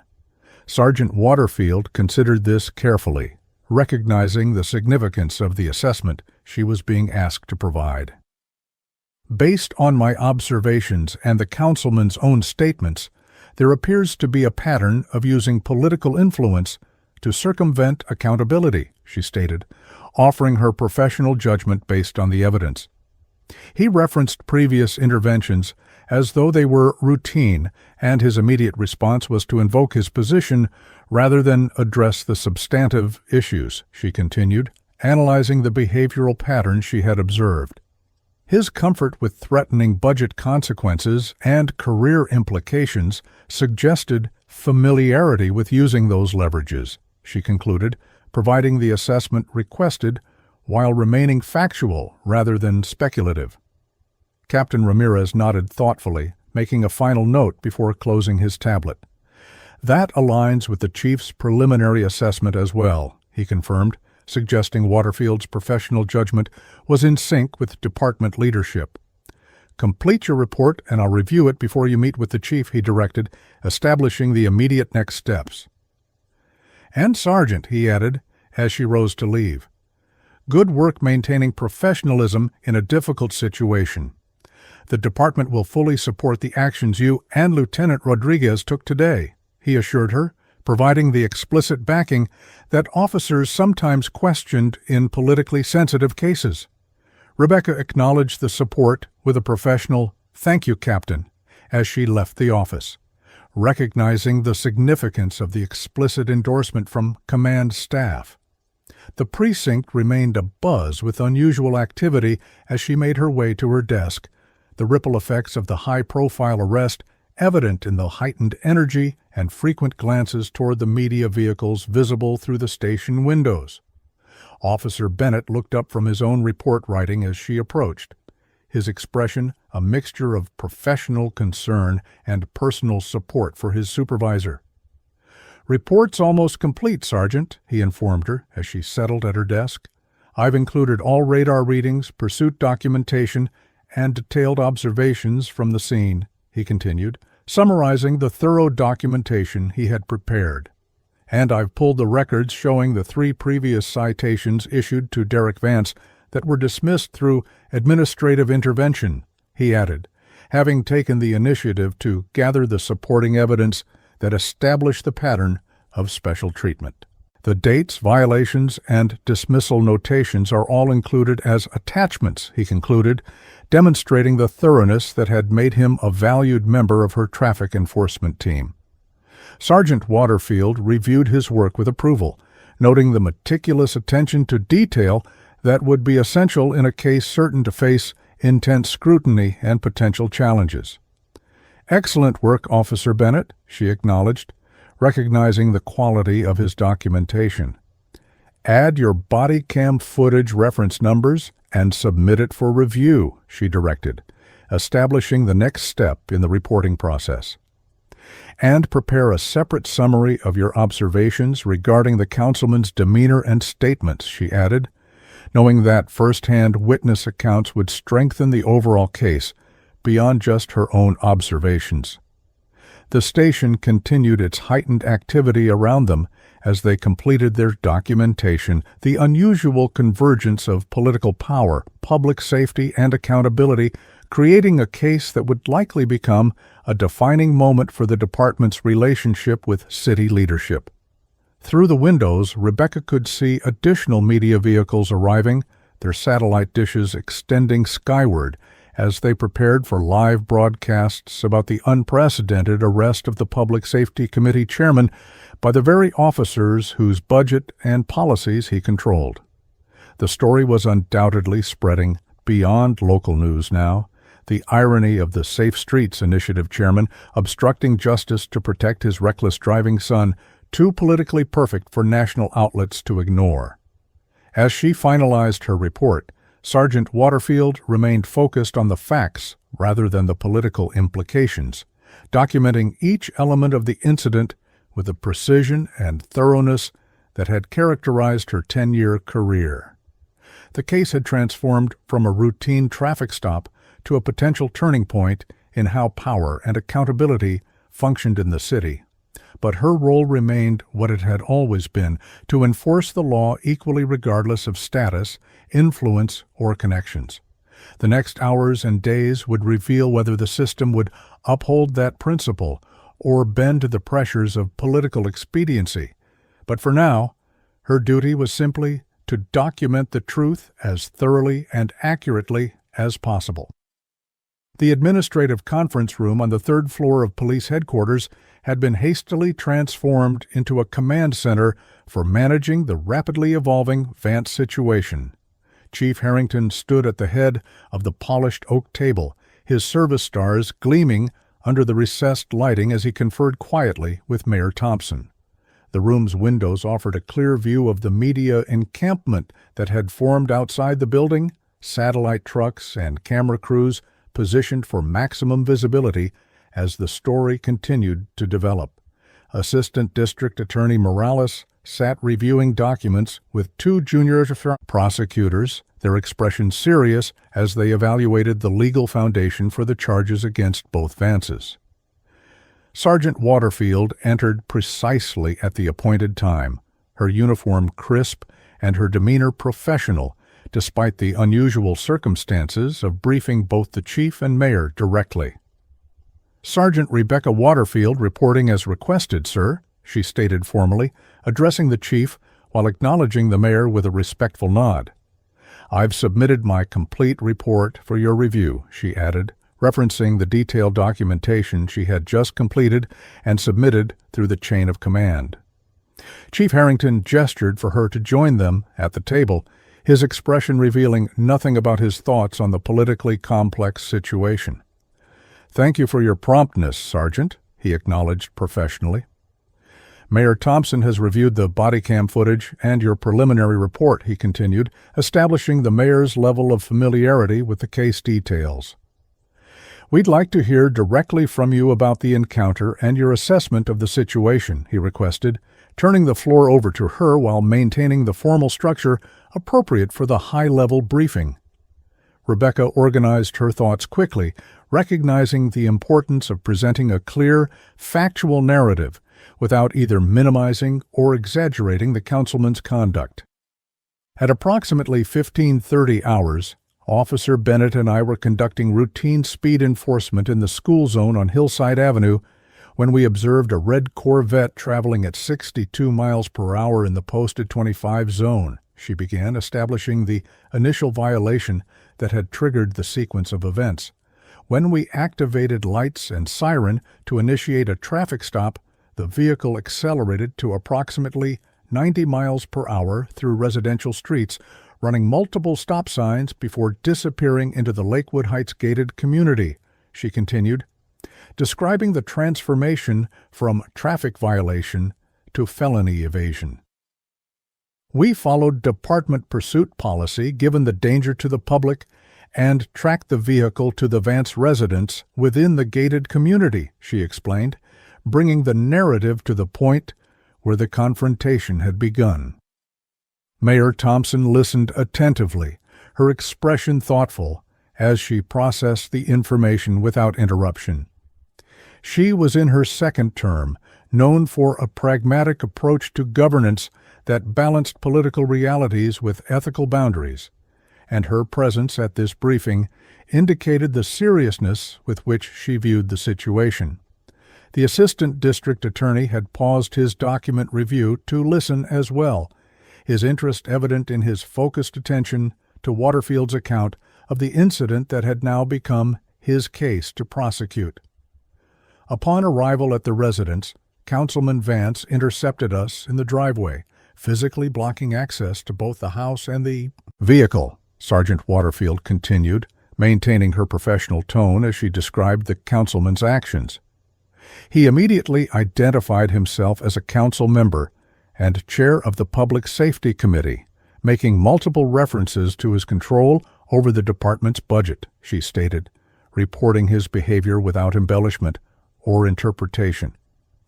When informed of the reason for our presence, he denied his son's involvement, despite the vehicle being clearly visible in the driveway with its engine still warm, she continued, highlighting the deliberate obstruction that had formed the basis for the eventual charges. He repeatedly refused lawful orders to allow access to the driver, made explicit threats regarding our careers and department funding, and physically maintained his position, blocking access to the property, despite multiple warnings about potential arrest for obstruction, she concluded, summarizing the progression that had led to the enforcement action. Chief Harrington nodded slightly as she completed the overview, his expression remaining neutral, though his next question revealed his focus. In your professional assessment, Sergeant, was Councilman Vance's behavior consistent with someone having a momentary lapse in judgment, or did it suggest a pattern of using his position to circumvent accountability? He inquired, echoing the question Captain Ramirez had prepared her for earlier. We need to understand whether this is an isolated incident or indicative of systemic issues, he explained, framing the broader concern beyond the specific arrest. Rebecca considered the question carefully, recognizing its significance in how the department and city leadership would approach the case. Based on my observations and the councilman's own statements, there appears to be a pattern of using political influence to obtain preferential treatment, she responded, offering her professional assessment based on the evidence. He referenced previous interventions in his son's traffic cases as though they were routine procedures rather than exceptions, she continued, recalling his casual dismissal of the prior citations. His immediate response was to invoke his position and make threats regarding budget control rather than addressing the substantive issues of public safety and legal compliance, she added, analyzing the behavioral patterns she had observed. and records confirmed that his son had 3 previous reckless driving citations dismissed through what the system logs describe as administrative intervention, she concluded, referencing the documented history that supported her assessment of a pattern rather than an isolated incident. Mayor Thompson leaned forward slightly at this information, her expression sharpening with interest or concern. These previous dismissals, she inquired, speaking for the first time since Waterfield entered the room, do we know who authorized them or how the administrative intervention was initiated, she asked, focusing immediately on the potential systemic implications of the case. And were these dismissals documented through proper channels, or were they outside normal procedures, she continued, her questions suggesting she was considering broader accountability issues beyond the immediate arrest. Assistant District Attorney Morales answered before Sergeant Waterfield could respond, indicating he had already investigated this aspect of the case. Mayor Thompson, we've pulled the records on those dismissals, he stated, consulting a tablet with evident notes. All 3 were processed through the city attorney's office, rather than normal traffic court channels, he explained, his tone suggesting this was procedurally unusual. The authorizing signature on all 3 dismissals belongs to Deputy City Attorney Phillips, who previously served as Councilman Vance's legislative aide before being appointed to his current position, he continued, establishing a connection that suggested potential impropriety. There is no documentation of judicial review or normal prosecutorial discretion analysis in any of the 3 cases, he concluded, confirming that the dismissals had indeed occurred outside standard procedures. The mayor's expression hardened slightly at this information, her political experience evident in her measured response. That's very concerning, Mr. Morales, she acknowledged, her tone carefully controlled.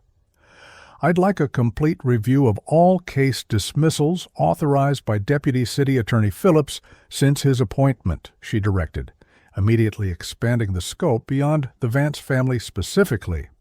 And I think we need to establish clear written protocols for any case involving elected officials or their family members, she added, moving quickly to address the systemic vulnerability revealed by the incident. Chief Harrington nodded his agreement with the mayor's direction, his expression remaining professionally neutral despite the potentially explosive implications. We'll coordinate with your office on that review, Mayor Thompson, he committed, acknowledging the broader accountability issues at stake. For now, let's return to the immediate case, he suggested, redirecting attention to the specific incident. Sergeant Waterfield, what's your assessment of how Councilman Vance is likely to respond to these charges? He inquired, seeking her professional judgment about the next phase of the situation. Rebecca considered the question thoughtfully, drawing on her observations of the councilman's behavior throughout the encounter. Based on his statements during and after arrest, I believe he expects the charges to be dismissed through political intervention, she assessed candidly, recalling his explicit threats and confidence even while being processed. He made multiple references to having friends at every level of city government and stated directly that this arrest won't stick, she continued, quoting his post-arrest comments captured on body cam. His attorney from Hoffman Reed and Associates arrived at booking within 20 minutes of his call, suggesting he had pre-established legal resources for situations like this, she added, noting the efficiency with which his high-powered legal representation had mobilized. I believe he anticipates this case will be handled through political channels rather than normal judicial process, she concluded, offering her professional assessment of his expectations based on observed behavior. Assistant District Attorney Morales straightened in his chair at this assessment, his expression hardening with evident determination. Mayor Thompson, Chief Harrington, I want to be absolutely clear about the District Attorney's position on this case, he stated firmly, his tone leaving no room for ambiguity. These charges will be prosecuted according to the evidence and the law without regard to the defendant's political position, he declared, establishing a clear boundary against the expected pressure. The district attorney has personally reviewed the evidence and fully supports proceeding with charges against both Vances, he continued, indicating the highest level of prosecutorial commitment to the case. Any attempt to interfere with this prosecution through political channels will be documented and potentially investigated as obstruction of justice, he concluded, effectively drawing a line that even the highest levels of city government were being warned not to cross. Mayor Thompson nodded her approval of this position, her expression suggesting alignment with the prosecutor's approach. The city manager's office fully supports prosecutorial independence in this matter, she confirmed, establishing her administration's official stance. No one in my administration will attempt to influence the handling of these cases in any way, she committed explicitly, addressing the expectation of interference that Councilman Vance had expressed. In fact, I've already directed City Attorney Ramirez to recuse her entire office from any involvement given the apparent conflicts with Deputy City Attorney Phillips, she added, taking proactive steps to maintain the integrity of the process. The city has retained independent counsel from Miller and Zhao to handle any municipal legal matters related to this case, she concluded, demonstrating both awareness of the potential conflicts and decisive action to address them. Chief Harrington appeared satisfied with this clear alignment between city administration and prosecutorial independence, turning his attention back to the operational aspects of the case. Sergeant Waterfield, what's the status of Derek Vance's processing, and what charges has he been booked on? He inquired, seeking an update on the parallel case that had triggered the entire situation. And do we have confirmation of his blood alcohol content from official testing? He continued, focusing on the evidentiary foundation for the DUI component of the charges. Rebecca consulted her notes briefly before responding. Derek Vance has been processed and booked on charges of felony evading, driving under the influence minor in possession of alcohol, and reckless endangerment, she reported efficiently. His preliminary breath test showed a BAC of 0.16, which was confirmed by blood testing administered at central booking, she continued, addressing the evidentiary question directly. The vehicle has been impounded and processed by CSI, yielding multiple open alcohol containers and confirmation that the engine had recently been running, corroborating the timeline of our pursuit, she added, summarizing the physical evidence supporting the charges. He's currently in holding awaiting bail determination, with his initial appearance scheduled for tomorrow morning, she concluded, providing the complete status update requested. The room fell silent for a moment as the various officials processed this information and its implications, the weight of the situation evident in their thoughtful expressions. The media presence outside the windows served as a constant reminder of the public attention this case had already generated, with national outlets now joining the local coverage as the story of political privilege and accountability continued to develop. The arrest of a sitting city councilman for obstructing justice to protect his intoxicated, reckless driving son had all the elements of a story that would resonate far beyond the immediate legal proceedings. Mayor Thompson broke the silence with a practical question that reflected her focus on both governance and public perception. "What's our communication strategy for this situation?" she inquired, addressing both the chief and the assistant district attorney. "The public deserves transparency, but we also need to ensure we don't prejudice the legal proceedings or create unnecessary political theater," she continued, identifying the complex balance required in messaging around the case. "And we need to be prepared for Councilman Vance to use his platform and connections to control the narrative," she added, acknowledging the political realities of confronting a well-connected elected official. Chief Harrington nodded his understanding of the communication challenge, having clearly anticipated this aspect of the situation. "Our public information officer has prepared a factual statement that confirms the arrests and basic charges without editorial comment or unnecessary detail," he responded, outlining the department's planned approach.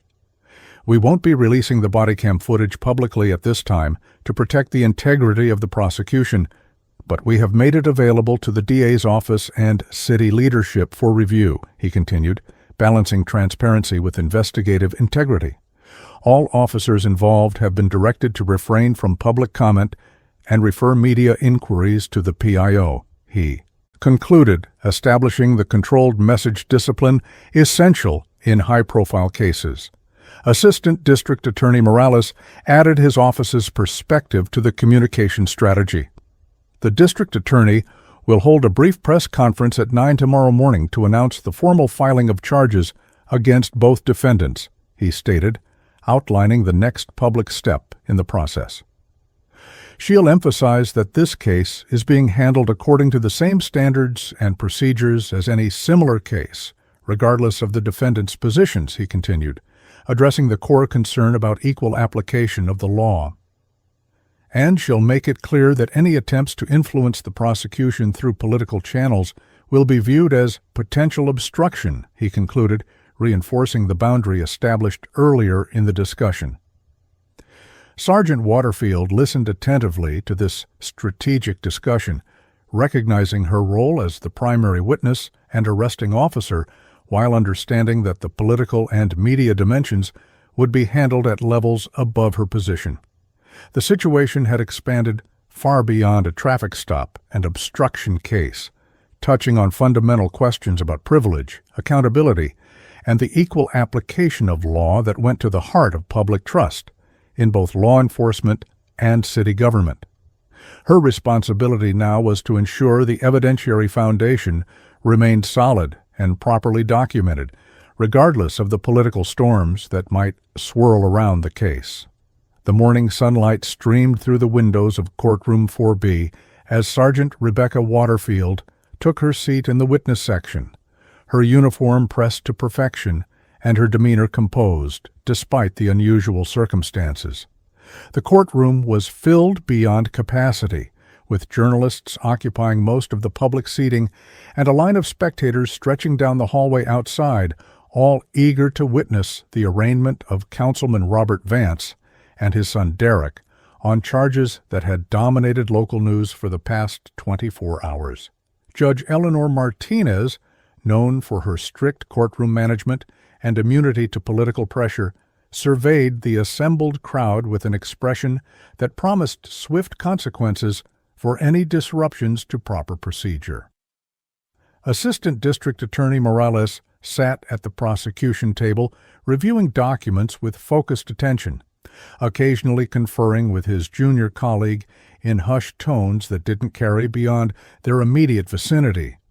The defense table remained empty, though the expensive leather briefcases placed on its surface indicated the legal team had established their territory before temporarily stepping out.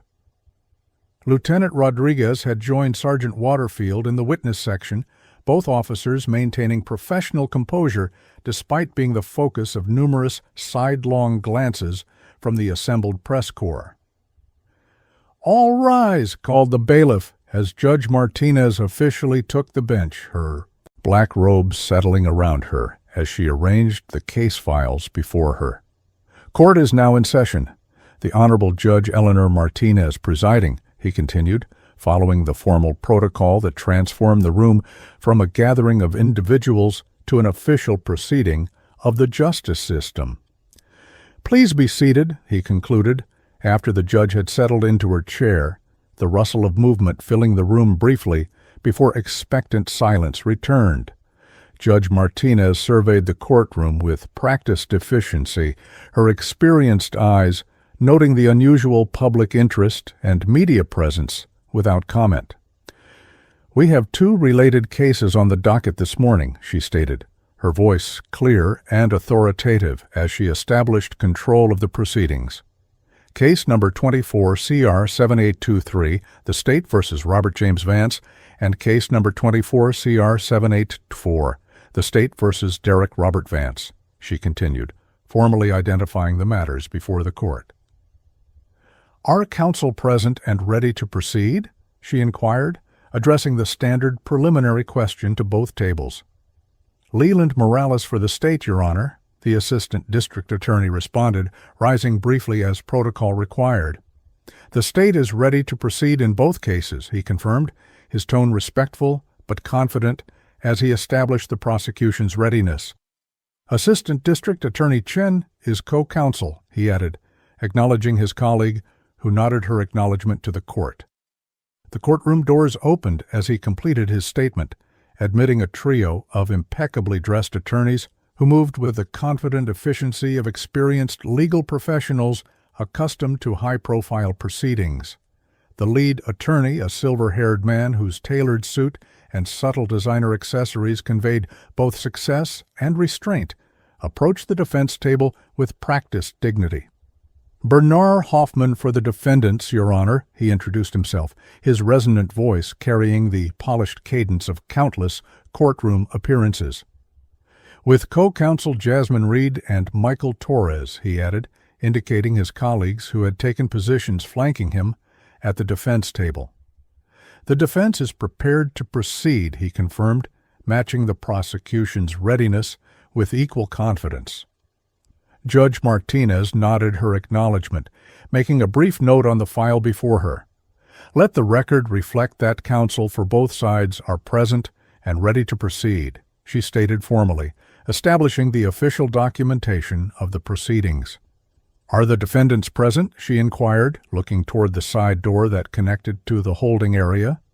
Yes, Your Honor, the bailiff confirmed, moving to open the door. The defendants are in custody and ready to be brought in, he added, awaiting the judge's explicit permission to produce the Vances.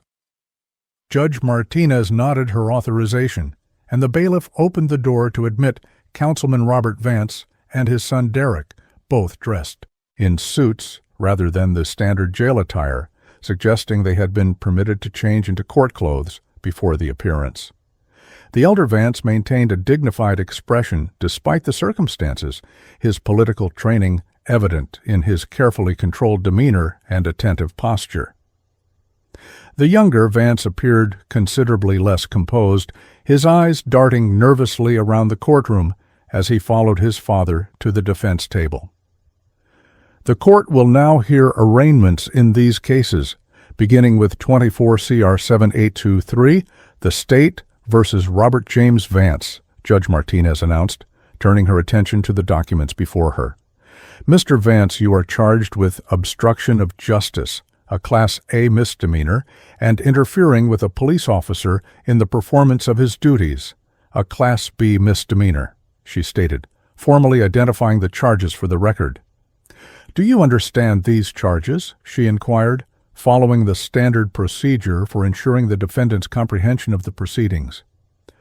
Councilman Vance straightened slightly at being directly addressed, his political instincts visibly engaged as he recognized the public nature of his response.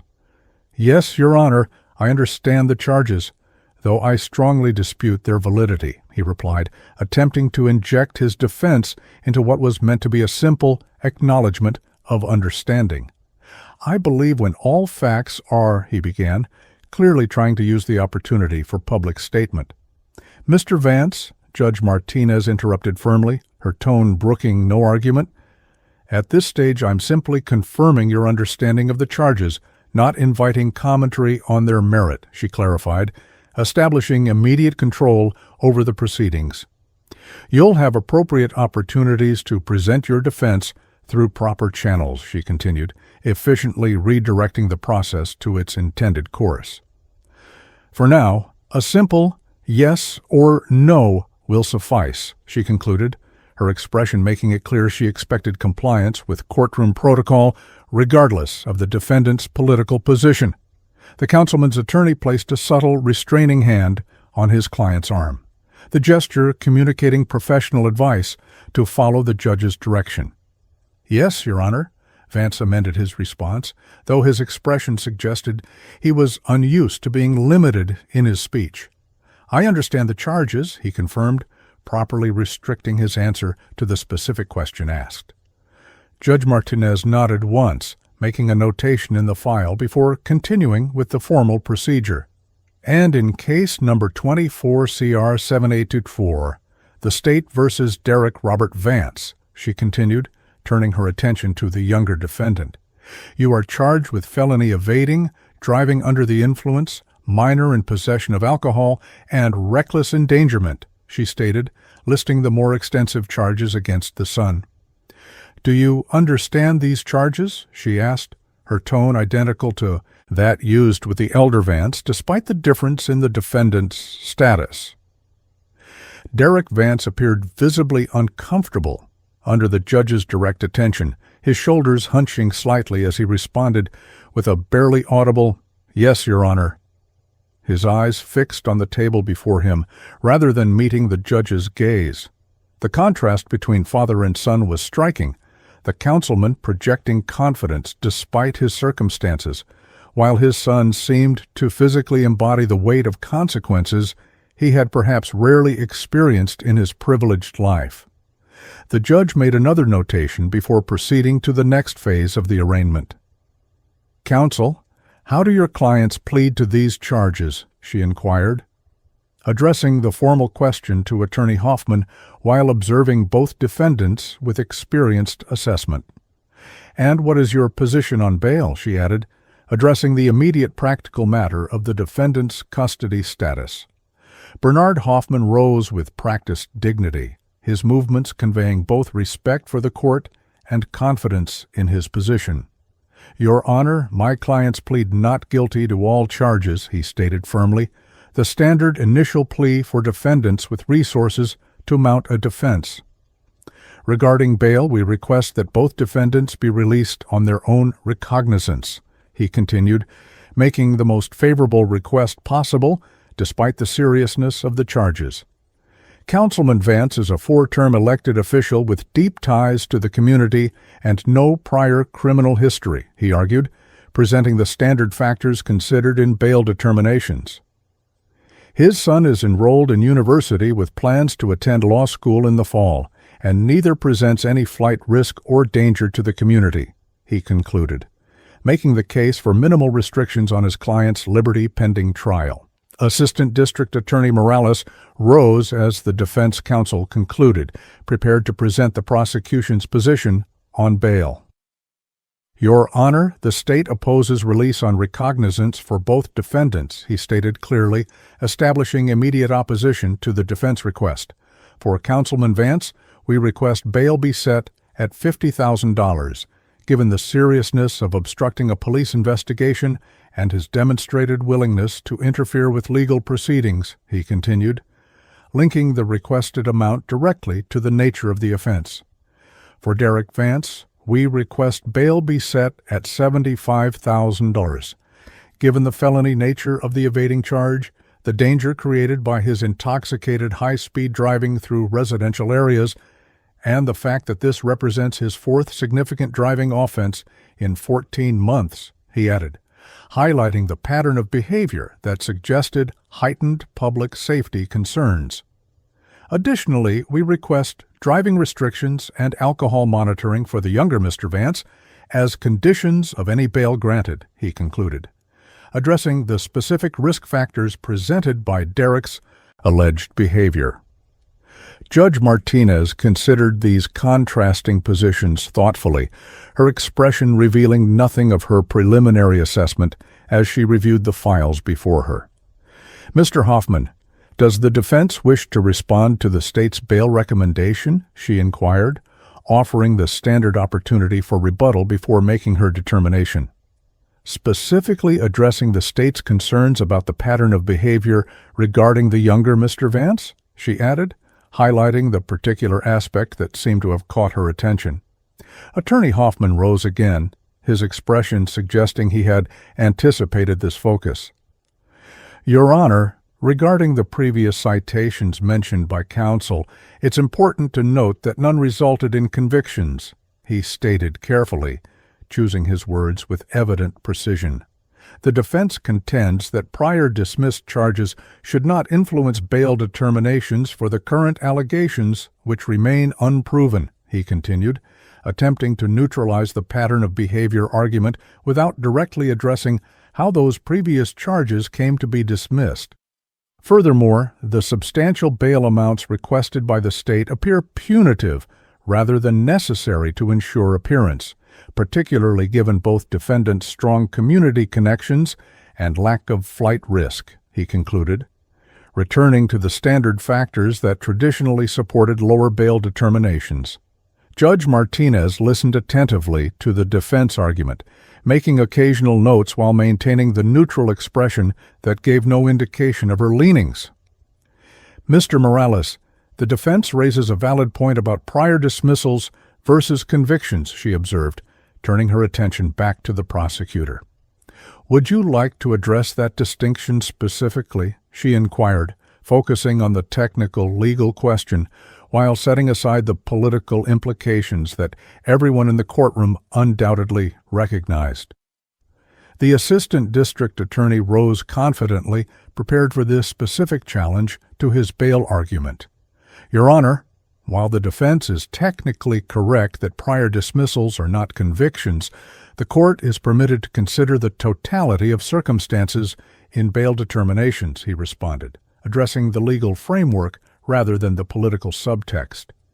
The record shows that all three prior cases involved documented dangerous driving behaviors substantively similar to the current charges, he continued, focusing on the pattern of conduct rather than the legal outcomes. Furthermore, the circumstances of those dismissals are themselves relevant, as they were processed through unusual administrative channels rather than normal judicial review, he added, carefully introducing the procedural irregularities without explicitly alleging corruption. This pattern suggests that standard legal consequences have not served their deterrent function, which is directly relevant to the court's assessment of public safety risk, he concluded, connecting his argument to the core purpose of bail conditions. The judge considered this argument with evident attention, her experienced eyes moving between the prosecution and defense tables as she evaluated the competing positions. The courtroom remained silent during her deliberation, the assembled journalists leaning forward slightly in anticipation of a ruling that would likely lead their coverage of the high-profile case. Sergeant Waterfield maintained her professional composure in the witness section, though she noted Lieutenant Rodriguez's subtle nod of approval at the prosecutor's articulation of the pattern concerns they had documented in their reports. Having considered the arguments of counsel, the court rules as follows on the matter of bail, Judge Martinez announced, her decision apparently reached. For case number 24 CR 7823, bail for Robert James Vance is set at $25,000 with standard conditions including surrender of passport and weekly check-ins with the court's pretrial services division, she stated, splitting the difference between the prosecution's request and the defense's preference for no bail. For case number 24 CR 7824, bail for Derek Robert Vance is set at $50,000 with additional conditions including complete prohibition on driving any motor vehicle, alcohol monitoring via scram device, and twice weekly check-ins with pretrial services, she continued, imposing stricter conditions on the son while still setting bail below the prosecution's requested amount. The court finds these amounts and conditions appropriate to ensure appearance and protect public safety while acknowledging the defendant's community ties, she concluded, providing the rationale for her determination. Councilman Vance leaned toward his attorney, engaging in whispered consultation that suggested discussion of the bail terms just imposed. The younger Vance appeared visibly relieved despite the restrictions, perhaps having anticipated more severe conditions given the multiple charges he faced. Attorney Hoffman rose after brief consultation with his clients, addressing the court with professional courtesy. Thank you, Your Honor. The defense accepts these terms and anticipates posting bail today, he stated, indicating that the financial requirements would not present an obstacle to his client's release. We request the earliest possible date for a preliminary hearing, he added, seeking to move the case forward without delay. Judge Martinez consulted her calendar before responding to this request. The court will schedule the preliminary hearing for both cases on May 12th at 9 Gauss a.m. in this courtroom, she determined, selecting a date approximately 2 weeks away. All discovery is to be exchanged no later than 1 week prior to that date, she directed, establishing the procedural timeline for the next phase of the cases. Are there any other matters requiring the court's attention at this time, she inquired, offering the standard opportunity for additional issues to be raised before concluding the proceeding. Assistant District Attorney Morales rose briefly, addressing one final procedural matter. Your Honor, the state requests a protective order regarding potential witness intimidation, he stated, introducing a concern that clearly referenced the councilman's position of authority. Given Councilman Vance's role overseeing police department budgets and personnel matters, we ask that he be specifically prohibited from any contact with the arresting officers or other potential witnesses except through counsel, he explained. The requested restriction clearly aimed at preventing the political pressure that Vance had explicitly threatened during his arrest. This would include any attempt to influence department leadership regarding these officers' assignments or evaluations, he added, addressing the indirect methods through which political pressure might be applied. Judge Martinez nodded thoughtfully at this request, apparently recognizing the legitimate concern it addressed. Mr. Hoffman, what is the defense position on the requested protective order? She inquired, turning to the defense attorney for a response. Does your client object to these restrictions? She asked directly, focusing the question on the specific issue of potential witness contact or influence. Attorney Hoffman conferred briefly with Councilman Vance before responding, their whispered exchange suggesting some disagreement before the attorney turned back to address the court. Your Honor, while my client maintains that such concerns are unfounded, we do not object to a limited protective order prohibiting direct contact with the arresting officers, he conceded, accepting the core restriction while attempting to narrow its scope. However, we would note that Councilman Vance's official duties necessarily involve interaction with police department leadership on budgetary and policy matters, he continued, raising the practical complication of the councilman's governmental role. We ask that the order be crafted to permit necessary official interactions while prohibiting discussion of this specific case, he proposed, seeking a compromise that would allow his client to continue at least some aspects of his counsel duties. The judge considered this position carefully, evidently weighing the practical governance issues against the legitimate concern about witness intimidation.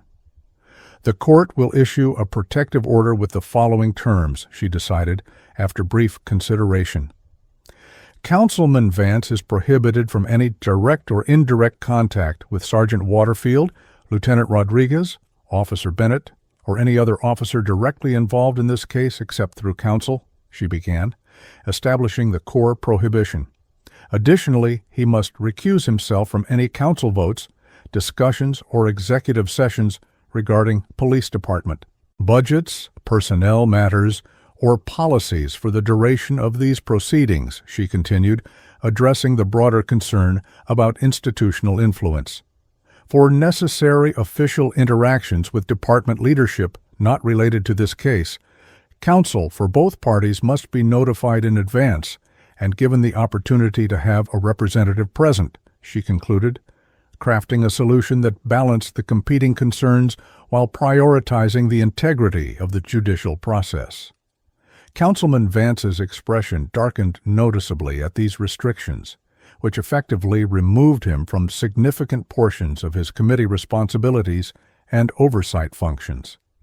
He leaned toward his attorney again, his whispered comments appearing more heated than their previous consultation, but Attorney Hoffman maintained his professional composure as he addressed the court. We understand and will comply with the court's order, Your Honor, he stated formally, accepting the restrictions despite his client's evident displeasure.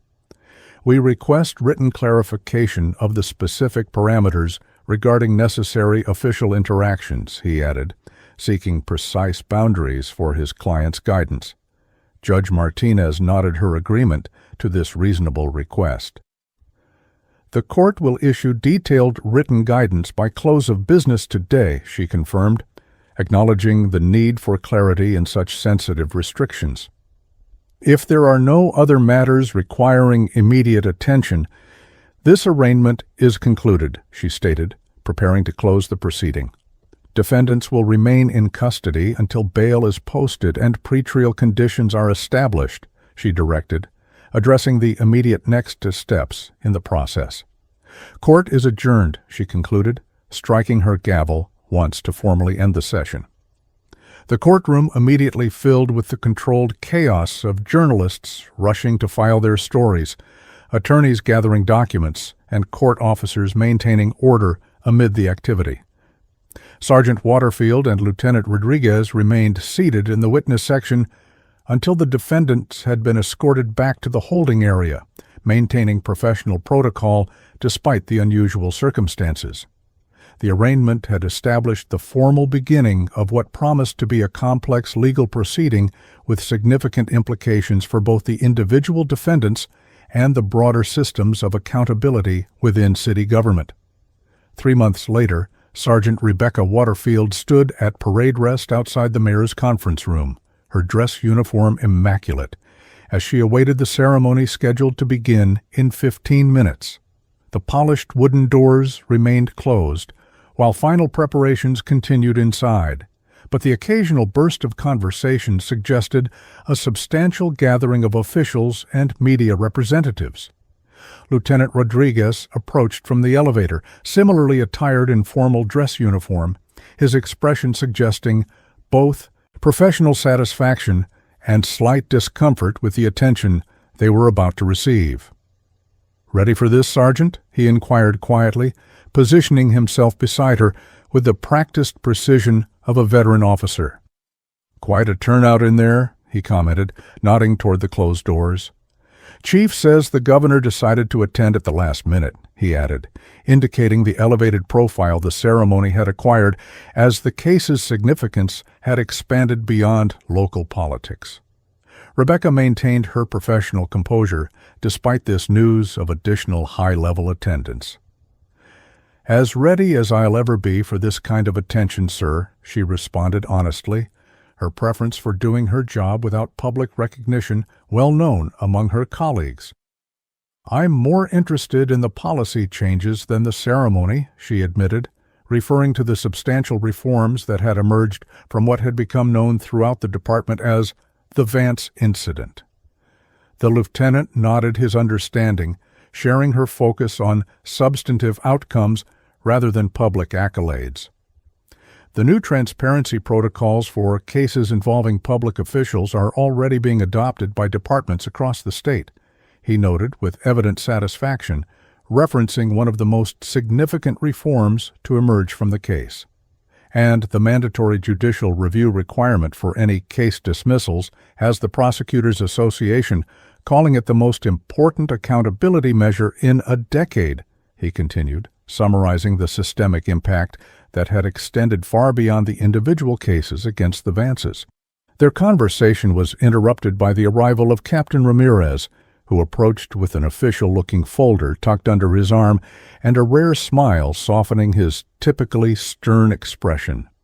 "Sergeant, Lieutenant," he greeted them with formal nods that acknowledged their dress uniform status.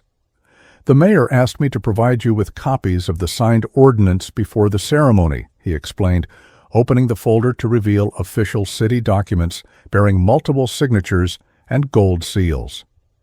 "The council passed it unanimously last night," he added, the significance of that unity evident in his tone given the political divisions that had preceded it. Sergeant Waterfield accepted the offered document with appropriate formality, recognizing it as the culmination of 3 months of intensive policy development and political negotiation. "The Public Integrity and Equal Justice Ordinance," she read from the title page, scanning the introduction that outlined comprehensive reforms to how the city handled cases involving public officials, their families, and other connected individuals. "I never expected a traffic stop to lead to something like this," she admitted, the magnitude of the systemic change still somewhat surprising, despite her central role in the events that had triggered it. Captain Ramirez nodded his understanding of her perspective, his own, expression suggesting similar reflection on the unexpected consequences of what had begun as routine enforcement. Sometimes it takes one clear case to expose problems that have been building for years, he observed thoughtfully, the veteran officer's experience evident in his assessment. The DA's office says they've documented 27 other instances of administrative intervention in cases involving connected individuals over the past 5 years, he continued, referencing the broader investigation that had emerged from the initial discovery of Derek Vance's dismissed citations. This ordinance addresses a problem that was much bigger than anyone realized, he concluded, contextualizing the reforms within the systemic issues they were designed to correct. The double doors to the conference room opened before they could discuss further, revealing the packed chamber where city officials, department leadership, media representatives, and community leaders had gathered for the ceremony. Chief Harrington appeared in the doorway, his dress uniform adorned with the full complement of service medals and commendations earned over his 30-year career. "They're ready for you," he informed them, his typically stoic expression softened by evident pride in his officers and the department's role in the reforms being celebrated. The mayor will present the citations, followed by the governor's remarks and the formal signing of the state-level memorandum, he explained, outlining the ceremony that had expanded in both scope and significance as the implications of the case had reverberated through multiple levels of government. Lieutenant Rodriguez and Sergeant Waterfield exchanged a brief glance of mutual support before following the chief into the conference room, their professional composure maintained despite the battery of cameras that immediately began recording their entrance. Mayor Thompson stood at the podium flanked by the governor and members of the city council, the notable absence of Councilman Vance a visible reminder of the case that had triggered this gathering. The large room fell silent as the officers took their positions at the marks indicated by the protocol officer, the formal ceremony beginning with the precision that characterized official city functions. 3 months ago, 2 officers of our police department faced a choice that would prove to have far-reaching consequences for our city, Mayor Thompson began, her measured tone carrying clearly through the professional sound system. They could have taken the path of least resistance when confronted with obstruction by a powerful city official, or they could uphold their oath to enforce the law equally regardless of status or connection, she continued, framing the officers' actions within the broader context of professional ethics. Their choice to stand firm for equal justice has revealed systemic problems and catalyzed reforms that will benefit our community for generations to come, she stated, explicitly connecting their individual actions to the institutional changes being celebrated. Sergeant Waterfield maintained her formal posture as the mayor continued, the political speech washing over her as she reflected on the complex chain of events that had led to this moment. The case against Councilman Vance had concluded 2 weeks earlier with a negotiated plea agreement, guilty to the obstruction charge in exchange for dismissal of the lesser interference count, resulting in probation, community service, and his resignation from the city council. His son Derek had faced more serious consequences, pleading guilty to DUI and reckless endangerment, with a sentence of 6 months in county jail, followed by 3 years of supervised probation, mandatory substance abuse treatment, and a 5-year license suspension. Today we honor not just individual officers, but the principle they upheld that no one, regardless of position or influence, stands above the law, the mayor continued, bringing Rebecca's attention back to the ceremony as it moved toward the presentation phase. Sergeant Rebecca Waterfield and Lieutenant Miguel Rodriguez, please step forward, she directed, indicating the position directly before the podium where the formal citations would be presented. The officers complied with practiced precision, their movements synchronized by years of ceremonial experience despite the unusual circumstances of being the focal point, rather than honor guards or presenters. Governor Wilson had stepped forward to join Mayor Thompson, the state-level involvement underscoring the broader impact of the case beyond city politics. The formal citations were presented with appropriate ceremony, the language praising exceptional dedication to equal justice and professional integrity in the face of significant pressure, and recognizing their actions as catalysts for essential reforms in the administration of justice across multiple jurisdictions. As the formal presentation concluded and polite applause filled the room, Rebecca's thoughts returned to the practical outcomes that mattered far more to her than ceremonial recognition. The newly established Independent Review Board for cases involving public officials and their families. The mandatory judicial review of any case, dismissals with published reasoning. The creation of a public integrity unit within the district attorney's office specifically tasked with investigating potential abuses of influence. These structural reforms represented the meaningful legacy of what had begun as a routine traffic stop on a spring afternoon 3 months earlier. "And now," Mayor Thompson announced as the applause subsided, "I'd like to invite Assistant District Attorney Leland Morales to provide a brief update on the implementation of the judicial reforms stemming from this case," she continued, transitioning the ceremony from recognition to substantive discussion of the changes already taking effect. Mr. Morales led the prosecution team and has been instrumental in developing the new protocols being implemented throughout our judicial system, she explained, contextualizing his role in the broader reform effort. Morales approached the podium with the confident efficiency that had characterized his handling of the case throughout, his expression suggesting satisfaction with the systemic changes rather than personal triumph over the individual defendants. "Thank you, Mayor Thompson," he acknowledged with a respectful nod.